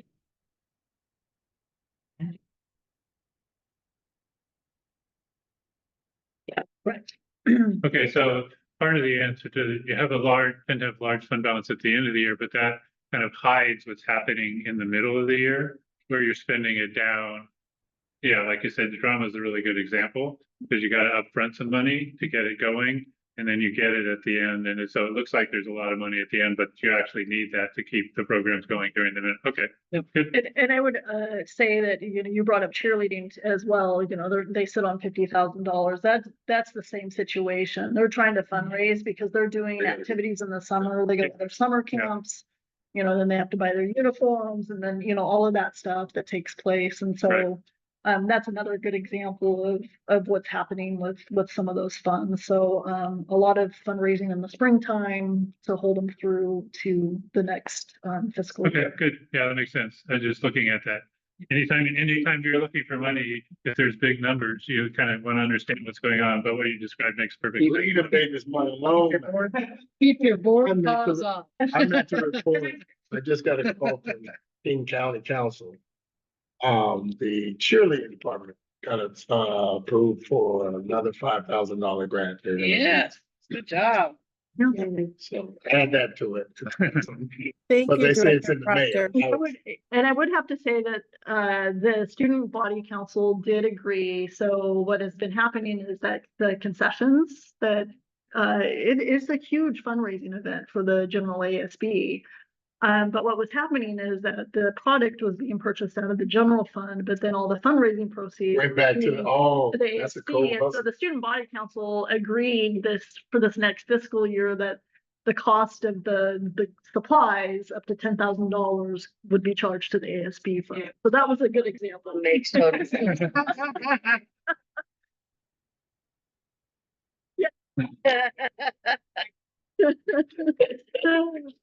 Yeah, so that was an example of where the student body said, yes, this is actually should be charged to the ASB, and so Okay. it will be charged to the ASB. That happened to my first lemonade stand. Yeah. My dad was like, you can't get sugar and lemon from the house. You gotta go get your own. So what is the next step towards adopting the budget? So basically today is the first read of the resolution. And so it's actually presented in the budget document, but then it's also showing as the questions only presentation. It just shows the resolution. And then what we will do is bring forth this budget document with a couple of updates as requested through the board questions. And so I will make a few updates to this. And on the back page of this document, we'll show the changes that I've made. We'll present this again. And then we'll be asking for formal adoption of the budget at the next meeting. So a variety of these questions I'm asking, not for the purpose of kind of the budget, but for the purpose of telling the legislature Yeah. what's going on. Mhm. And we need to build that case up. And Yes. so a lot of these questions are related to that. Yeah, so I will add some of the information that was requested, and then I'll probably add a couple of caveats on the explanations for a couple of the things that were asked in the board questions. and Yeah, that it's gets also updated. your note about special education. Yes. People should know, so the legislature passed this law that said you can't, we know special education costs more than we're giving you, but you can't take it out of your local levy. You have to take it out of your other basic allocation. And that's a massive CYA thing because they know there's a lawsuit coming. And if they can say, well, it's not coming from local levies, it's coming from basic, but what that means is it's coming out of basic education. It's a shell game, of course, they're just shell gaming around. And, it's to guard them when the lawsuit comes on the special education, which is another nasty little stunt they pulled this year. So question, so going back before we go too much further, thank you for these questions here, but so the budget, so we hired more teachers. Mhm. We're at 2%. So going into next year, looking at your projected numbers, we were going to have less students, right? So how do you foresee us getting to that 4% next year? And are we, if we're hiring more staff to keep our down, right? Are we at our projected kind of max for the students that are here and the staff that's here? And then this is kind of where we're going to be, none of this kind of riding of, okay, we have a bunch of teachers, now we don't have a bunch of teachers and now we're here. So are we at this level playing field of this is what school districts should kind of look like, student to teacher ratio, paraeducators, that, and so that we're moving forward, that we're going to get to that 4% and then moving on. Yes, and so what we have to monitor really closely is what are enrollment projections going to be, because that is the main driver of our state funding. So if enrollment decreases, then we have to watch what the student ratio should be and the number of teachers that we should be hiring.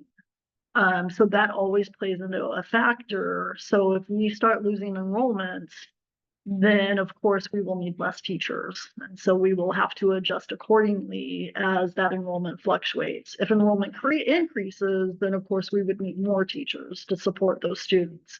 And that's what makes it really hard for school districts, because projecting enrollment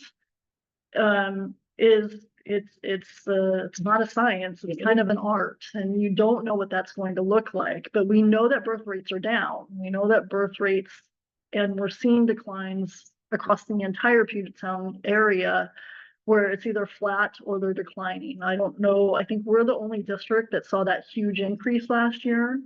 But then we've leveled. We're 14 kids down from the previous fiscal year. And when I built the budget, I have to be conservative because I don't want to overestimate students and then not have them show up. And then suddenly we have too many teachers and then we're back to square one. And so when I built the budget for this year, I used an enrollment of 2,588. That does not include running start, because running start to me is a wash. So when I built the budget, I used 2,588. And then used my running start numbers because, again, that all goes to the community colleges anyway. Yeah. So I built them in, but then I also built the capacity to go to the community colleges as a result of that. So that's what that looks like. The other thing, as far as enrollment is concerned, this district always, enrollment kind of went up depending on what's going on at the southern border. And now that the southern border has basically been shut down, that's going to impact probably. That's why it's good to have a lower number, because we're probably going to see that impacted us. What is the ratio or proportionality as the student numbers go down? Does this follow the same exact line in funding, or does it kind of have a more gradual glide slope? It for the basic ed component, it follows the fund will follow the students. Because the main driver in the prototypical school model is enrollment.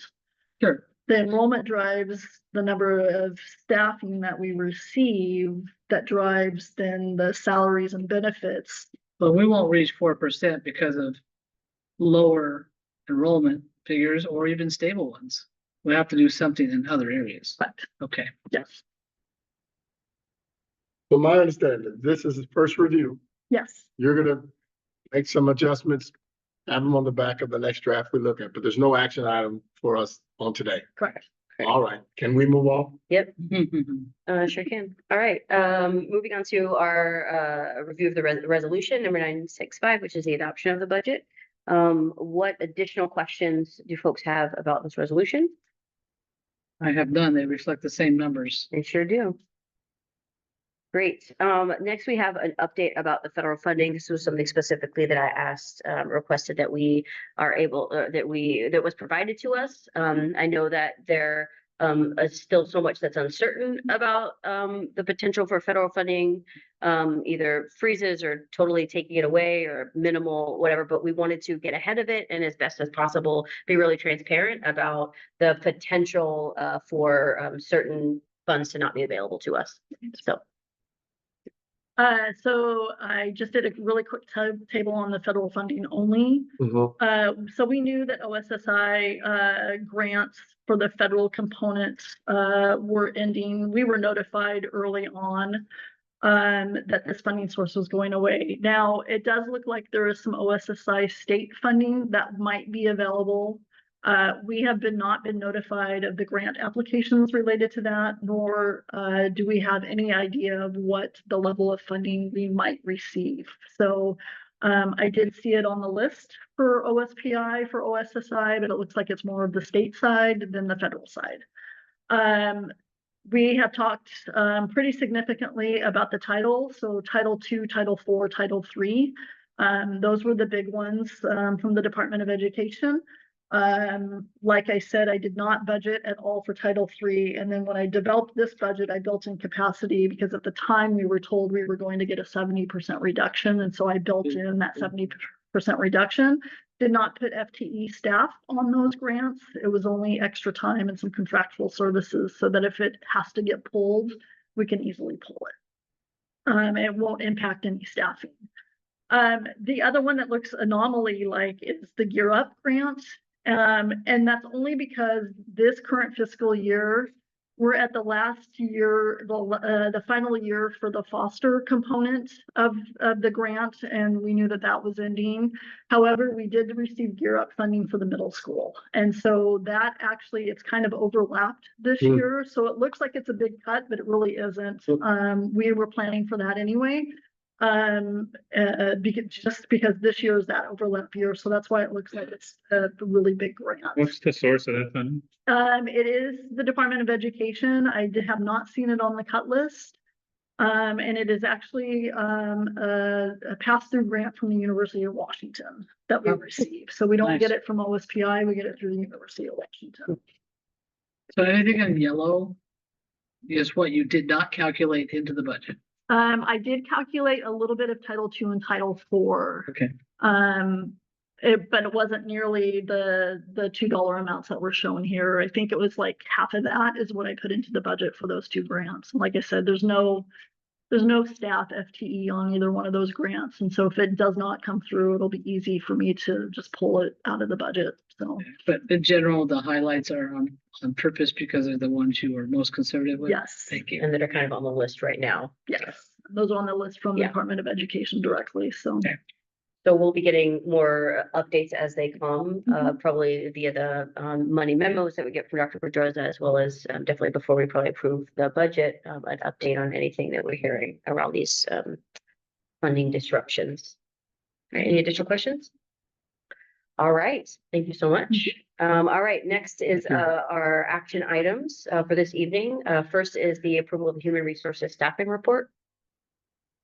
So moved. Seconded. Any questions, comments? I'm just, my question would be is we're hiring staff and then I'm assuming these were, yeah, please come on, join us here. Great.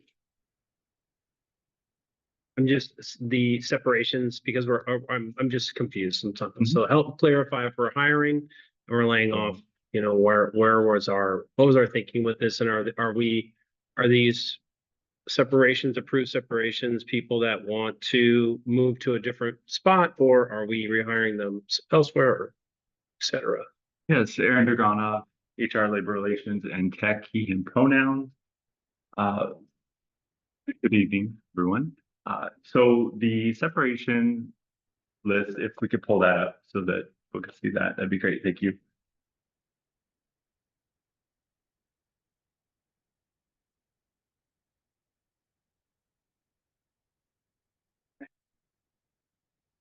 I'll start with, we did have some retirements come in after the school year ended. And so we noted that information in the comment section. And then we also had so it's important to note that the signed teacher contracts are actually due by June 30th. They're not due on the last student day. And sometimes staff members are still looking for positions even after the school year ends, which was June 17th this year. And so we did have a few staff members get hired in other school districts after June 17th, before June 30th. And so they're reflected on this sheet as well. And so that's what we have here. And some of this is personnel information confidential. And so we won't share that level of detail, but in general, those are the stories. And if I think I maybe understand your kind of inquiry, it's like, if we are both separating from staff for making those choices, why are we also hiring? Like, and how does that, how do we balance that? And I think, So concurrently, like, we are also in the process of still interviewing and hiring for some positions that have been vacated here. That's happening even this week. We've had some interviews take place. Our principals are interviewing. And like we have a separation on the food services director. And maybe next month we'll see some reflection on trying to hire one.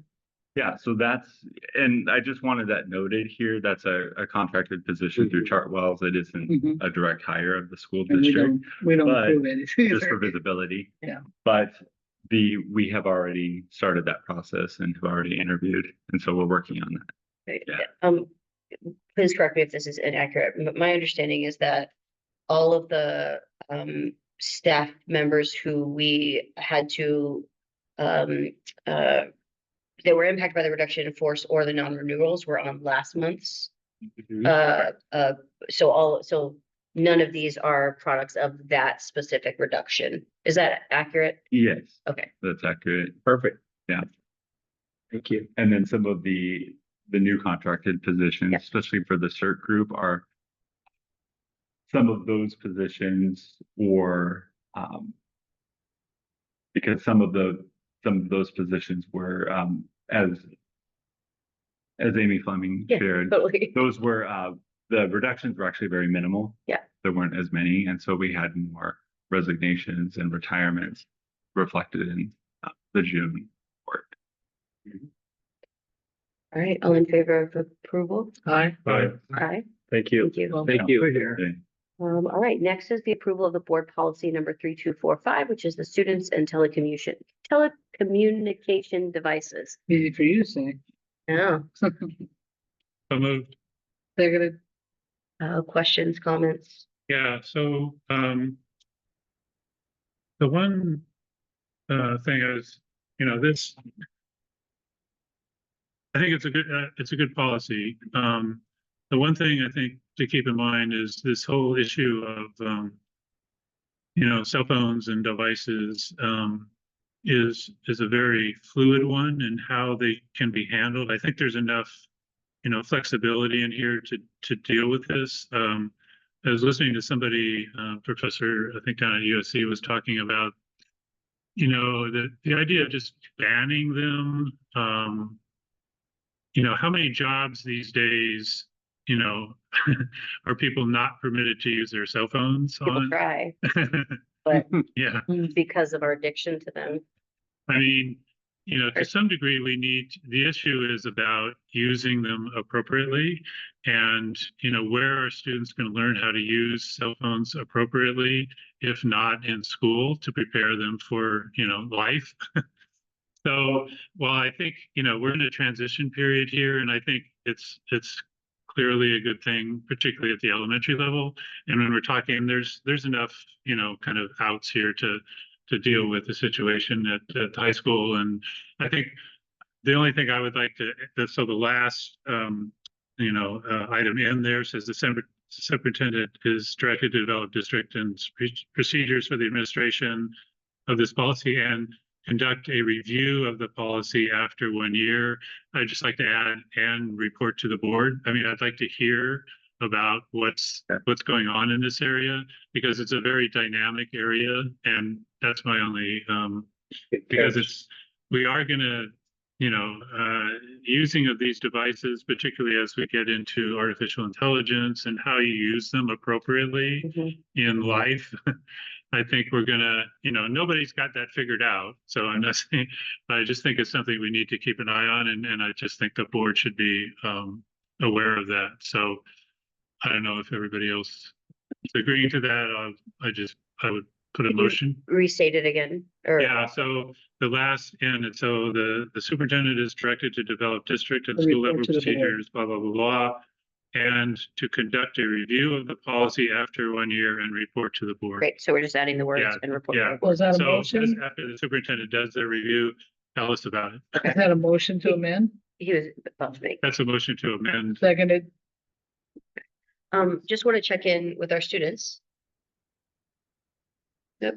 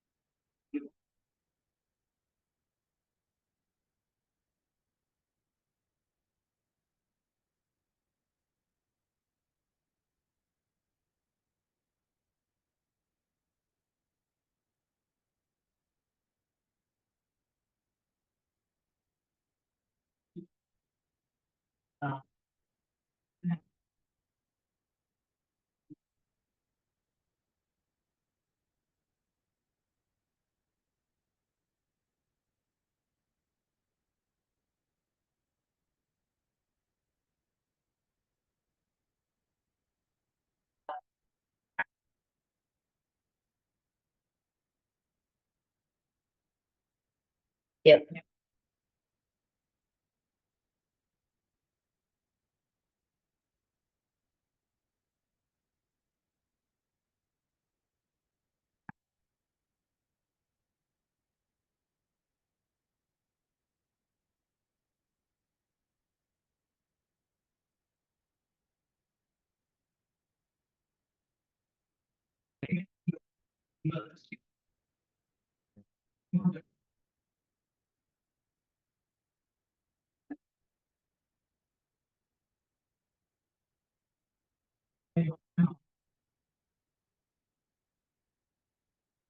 Yeah, and I'm really glad you brought that up, because particularly I was one that I have some concerns about, particularly when we think about the way that bias can just so often show up, right? And if I, as the adult, want to assert my authority, right, I might could just say, oh yeah, I have reasonable suspicion, give me your phone, right?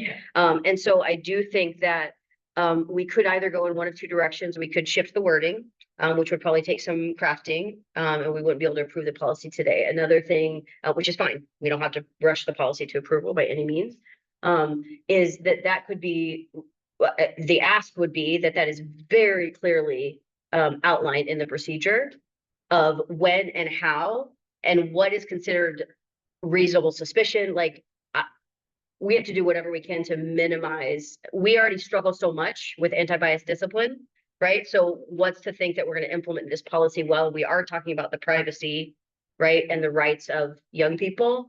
And so I think we need to be really careful with that. Around I wonder if the point around J could just be clarified, because I hear what you're saying, and maybe let me think. So if most of the classrooms are doing like the pockets, right? So at least in most of your classrooms, you'd be able to see if anything happened to your phone, right? So a teacher's not taking it.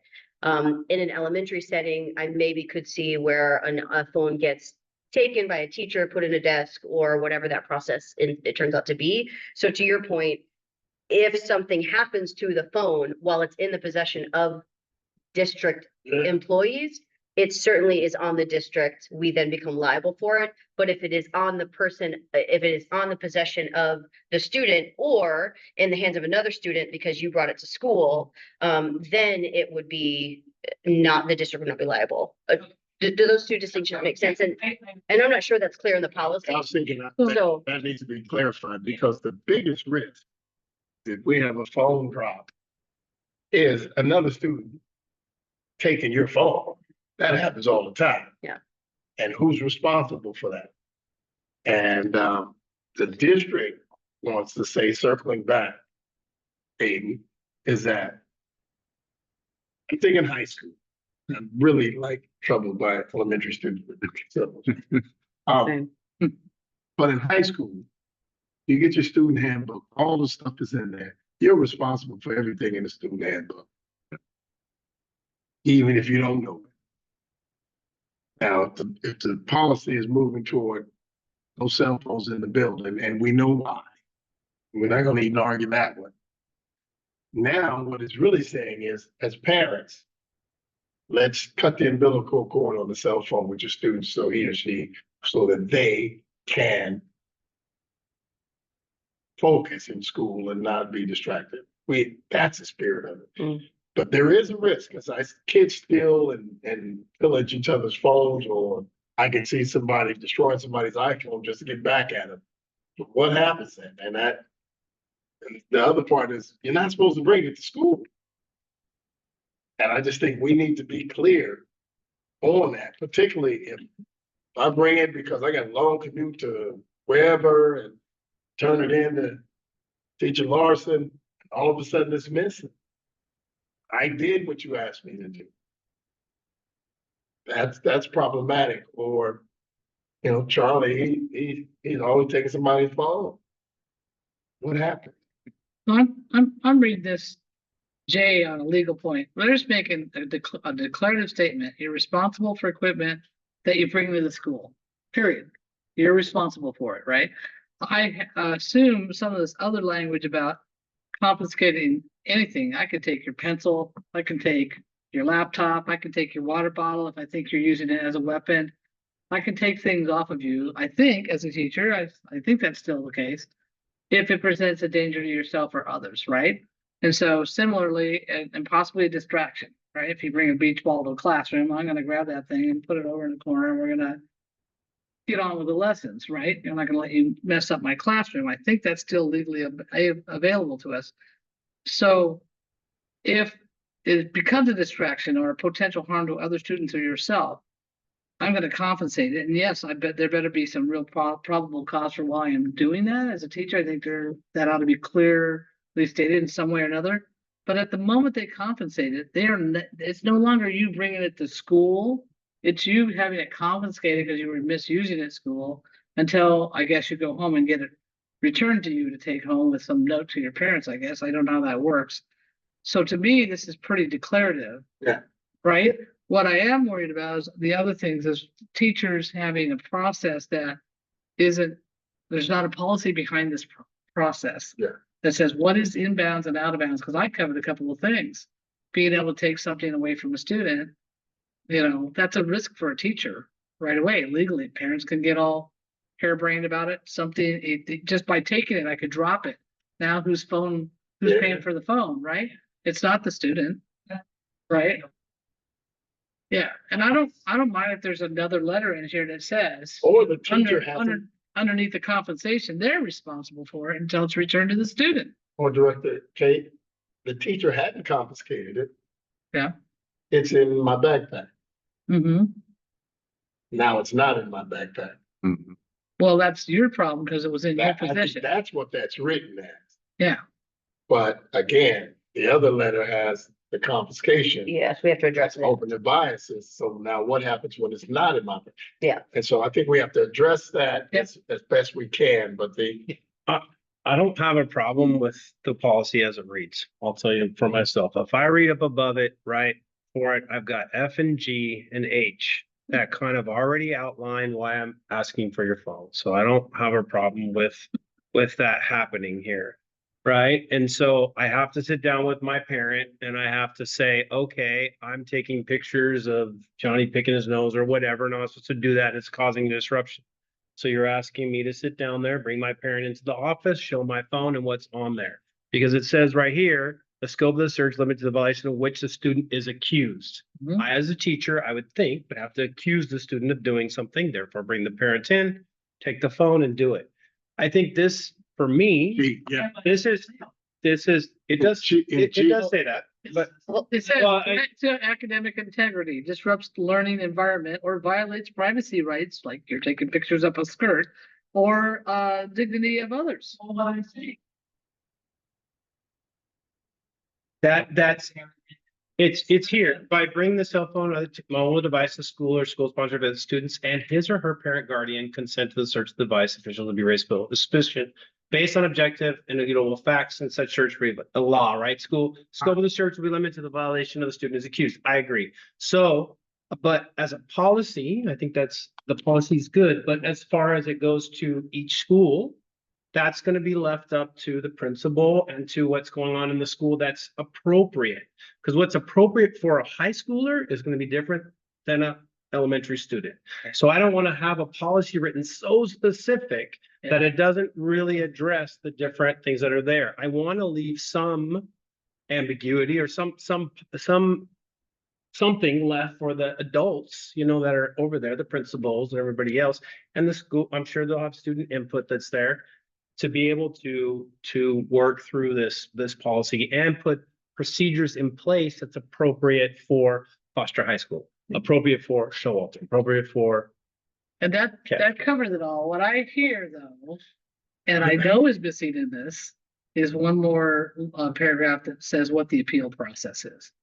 Because if I'm the kid who always gets my phone taken away from me because my instructor doesn't like me, at some point there's got to be an appeal. If I'm always having my stuff taken on a misdemeanor and other people are committing felonies with their phones, I want an appeal. And if I'm a parent and I sense something's going on in that department, I want an appeal process. So appeal processes and so forth, if you look at N, the superintendent is directed to develop district and school level procedures. So that's where you differentiate between high school and elementary school and put all those, typically we have all the procedures for appealing and so forth and figuring out all the, a lot of these details in the procedure. But I'd be willing to let this slide through as long as there's a footnote that says we're going to ask the superintendent while they're just being directed to develop the school level procedures if they consider an appeal process.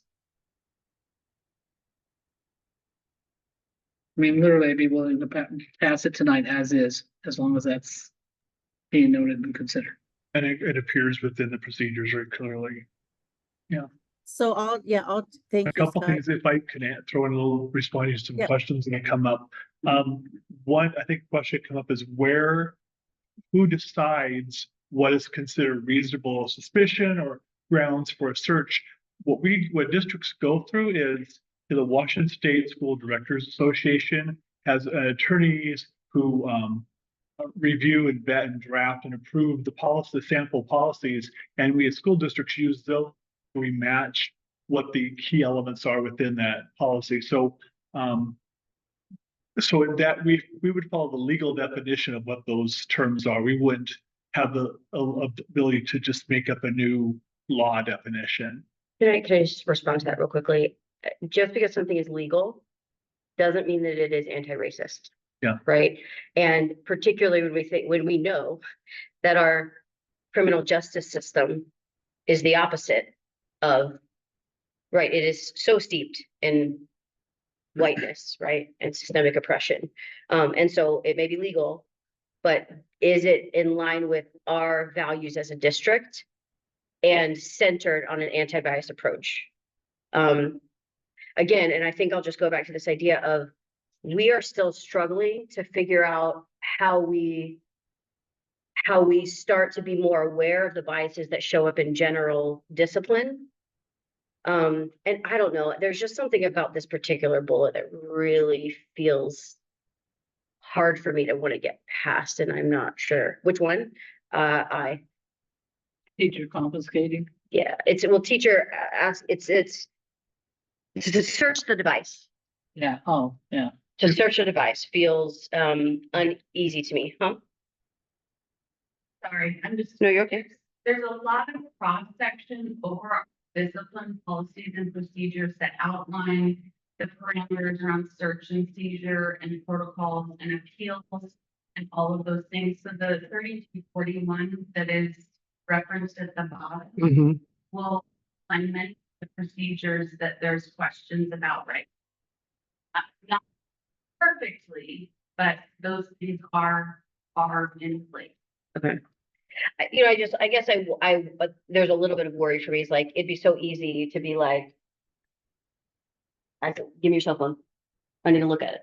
You know what I mean? Versus, there's reasonable cause to go search a backpack. It just feels a lot easier to me, and one that could really, really, really be abused. So that's all. I just want to make sure that it isn't abused. And then becomes something that is targeted because, again, bias is real, and perceptions about what someone might be doing. But thank you for that clarification too. And yeah, Has any of this conversation allayed your concerns, or do you have substitute language you'd like us to consider?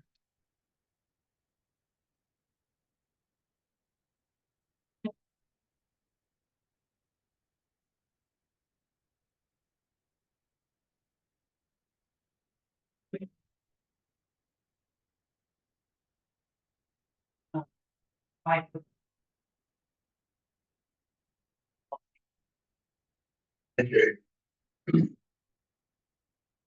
Another factor, I think, as a discussion, maybe think about is wondering who is responsible. When's the point of time that responsibility goes from student to school or whatever? One thing I'm thinking about is 18 years as a principal. Sometimes it would be, that's so long ago, it was before cell phone. So, I was thinking that. but somebody would bring something they felt was valuable to school, and they would later say, well, so-and-so, or the school has to pay me back because it got damaged. They would show you a scratch. How do you know it wasn't already damaged? Yeah. Or someone stole something. Well, I never even saw that you had it. How do I know it was even here? Great majority of kids would never pull that. There's always possibility for that. So sometimes we say, well, as soon as, I guess we just need to consider those possible factors of kind of misusing whatever system we put in place. there's always opportunity to misuse. Yeah, for sure. Yeah. So I guess my question, I don't know why I'm looking at you, you're probably not gonna create the procedure around this. Because is that like some of these concerns that we're bringing up are really clearly outlined in the procedure. And then I think the second ask that I would have is that we do some, particularly because this is new, that we do some really clear tracking of when phones are screened, when phones are confiscated, like that we track those really intentionally. And that when we get the review of this next year, as we think about potentially making adjustments or shifts to the policy, we have that data to look at so that we can actually ensure that what's here is working. And if we need to then adjust the language in the policy to be more clear, then we can do it at that. I have one last question. That is, when I watched the culinary class, she had a pocket area. Pretty much you don't need your phone to follow instructions on how to learn French cooking. So her philosophy is park your stuff over there and let's go cook. That way your phone doesn't end up in boiling pile of water or whatever.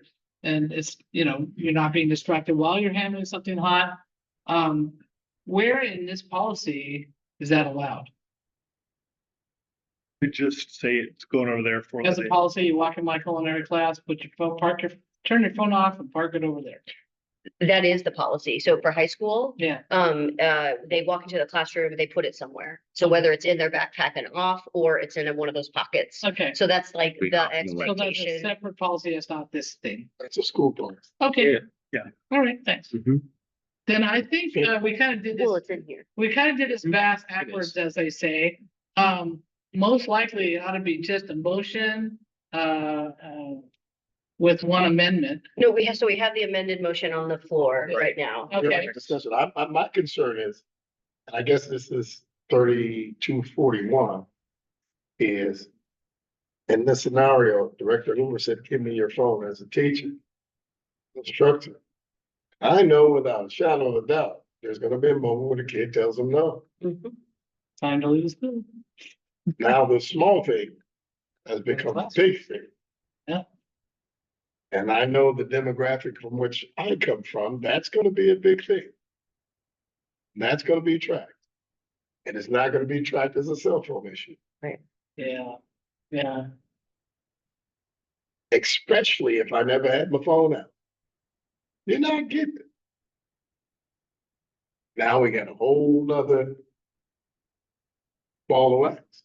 Mhm. Because it was subjective in the suspicion. And what if the authority isn't accurate? I'm not giving my phone, I didn't do anything. I'm not gonna tell it was Amy, but it was Amy. But I've been in the, you know that's gonna happen. Mhm. Now I run the risk of real discipline. For absolutely nothing. And I know this student is gonna stand their ground. And I don't know that there's anything we can do with the policy to fix that, but that's part of that bias, because now some other stuff is in there. Yeah. Dr. Pedrosa. I just want to add that those things happen already, right? And the one thing. I already know. Yeah. Yeah, those things happen already. Actually, and I think I will say that one of the things that I think is really interesting is kids are more willing, just some of my experiences, especially with our students, the students are actually willing to comply for temporarily for short periods of time. It's actually sometimes the parents that are more angry about the phones than the student is, right? So we have to balance all those things. I think we did consult with our principals. They'll be supporting some of the procedures and some discussions. We need to be reasonable, and I think what the part about tracking, so I'm just gonna ask right now, because we do have a recording sheet when we record disciplinary, that's how we track, and we can note some of our referral sheets that maybe just to give Scott and Andra an opportunity to think about what that looks like on our new reporting sheets for next year, in terms of, so that we can track when these things are happening, because I think that is going to be helpful information. But since we've already piloted much of this in some of our classrooms, the response we're getting, at least from the educators, is that it's it's going pretty well. I will say I just had an experience. It wasn't this summer; it was last summer, and it was summer school, and it was credit recovery, right? And I did see a kiddo, I wouldn't say a scholar, I'll say a scholar, but a very nice kid. So I'm not going to say anything negative at all, because he was so sweet, so kind. But the thing that I noticed is that he was doing his credit recovery and his cell phone all at the same time, right? And we had a great conversation about why that was happening, what was happening. Obviously, he was bored, which I think is something to also talk about, right? Like, if classroom's engaging, right? If our instruction's engaging, all of those things matter in terms of all of these decisions that we're making. So it's also back to the classroom, right? And instruction and engaging kids. And so I think that's critical in all of this as well. So what are we doing as adults to really support students in learning and making sure that they're fully engaged? And I will say, back to the comment about jobs, there's a lot of jobs where phones aren't required. You cannot have your phone out. I can't have my phone out at certain times, when I'm doing presentations, facilitation, safety, waiters, waitresses, they can't have their phone out or they'll get fired. So I think this is a good life lesson for our students too. Can't have their phones Right, out. there's actually teachers too. We have rules around that too. And so it's actually in our handbook, by the way. But I will just say that there's a lot of jobs where students, they can have their phones on them, but they can't have them out when they're working. So I think this is, if, especially we're talking about our high schools, it's appropriate, I think, to have conversations around when's it appropriate to have your phone out and when is it appropriate to put it away? And I think that's life. That's just a life lesson. Yeah, and that was exactly my point. It was Yep. And the school's supposed to prepare. Yeah, exactly. All right. So there's a motion to add As amended. report to the board. Is it second? Yeah, second. All right. Just a second, we're gonna vote. All right, all in favor of approval? Aye. All right, it is approved. That's to make the amendment. So now we need to. That will be the main motion, which I move to approve the entire policy As amended. as amended. Second. All right, all in favor? Aye. Aye. All right, great discussion. Thank you all. And then, based on our conversation previously, we have some additional, modifications to do to the, pool lease agreement, just to clarify those few pieces. So we will, postpone this motion, to our next regular board meeting. All right, now's our last opportunity. Oh, do we have to do anything with that? I do. Okay, can I get a motion to postpone? Yes, move to postpone to the next meeting when it's been revised as requested. Second. Great, all in favor? Aye. Thank you. All right, now's our final opportunity for public comment. If there's anyone still joining us online at this lovely 8:35 hour and would like to offer any public comment, you can do so by raising your hand or typing your name into the chat. And we salute you. I'll give you just a second to do that. You're raising your hand? You got Yes. some public comment? Go stand in the hot seat, sir. Oh, no, this was hot, that was hot enough. I do want to acknowledge and celebrate some of great work we've done and others have done around the anti-racism discussion, policy improvement, and progress. But I want to officially acknowledge, as a board member and as a citizen, as I've sat on the board, several discrimination complaints have come across our desk. All of them are unfounded. And I just want to say that that's the record. And I want to challenge us that it doesn't matter how much work you put in on policy amending, if the people say this is how I'm experiencing it, and we keep saying no, there's a disconnect in either policy changing, how we're assessing the complaint, but everybody's not making it up. And I want to challenge us to keep going, to keep pushing, to get better. And I wanted it on the official record because we can't pretend that that's not happening. At least 3 complaints have come across since I've been on the board. And we've exhausted the policy, the assessment and the interviews and brought in things. And then I keep noticing that the outcome is the same. At a certain point, we got to look at that. We've got to look at that. If nothing else, if all of them are wrong, then something else is wrong. And we need to address that. That's my comment.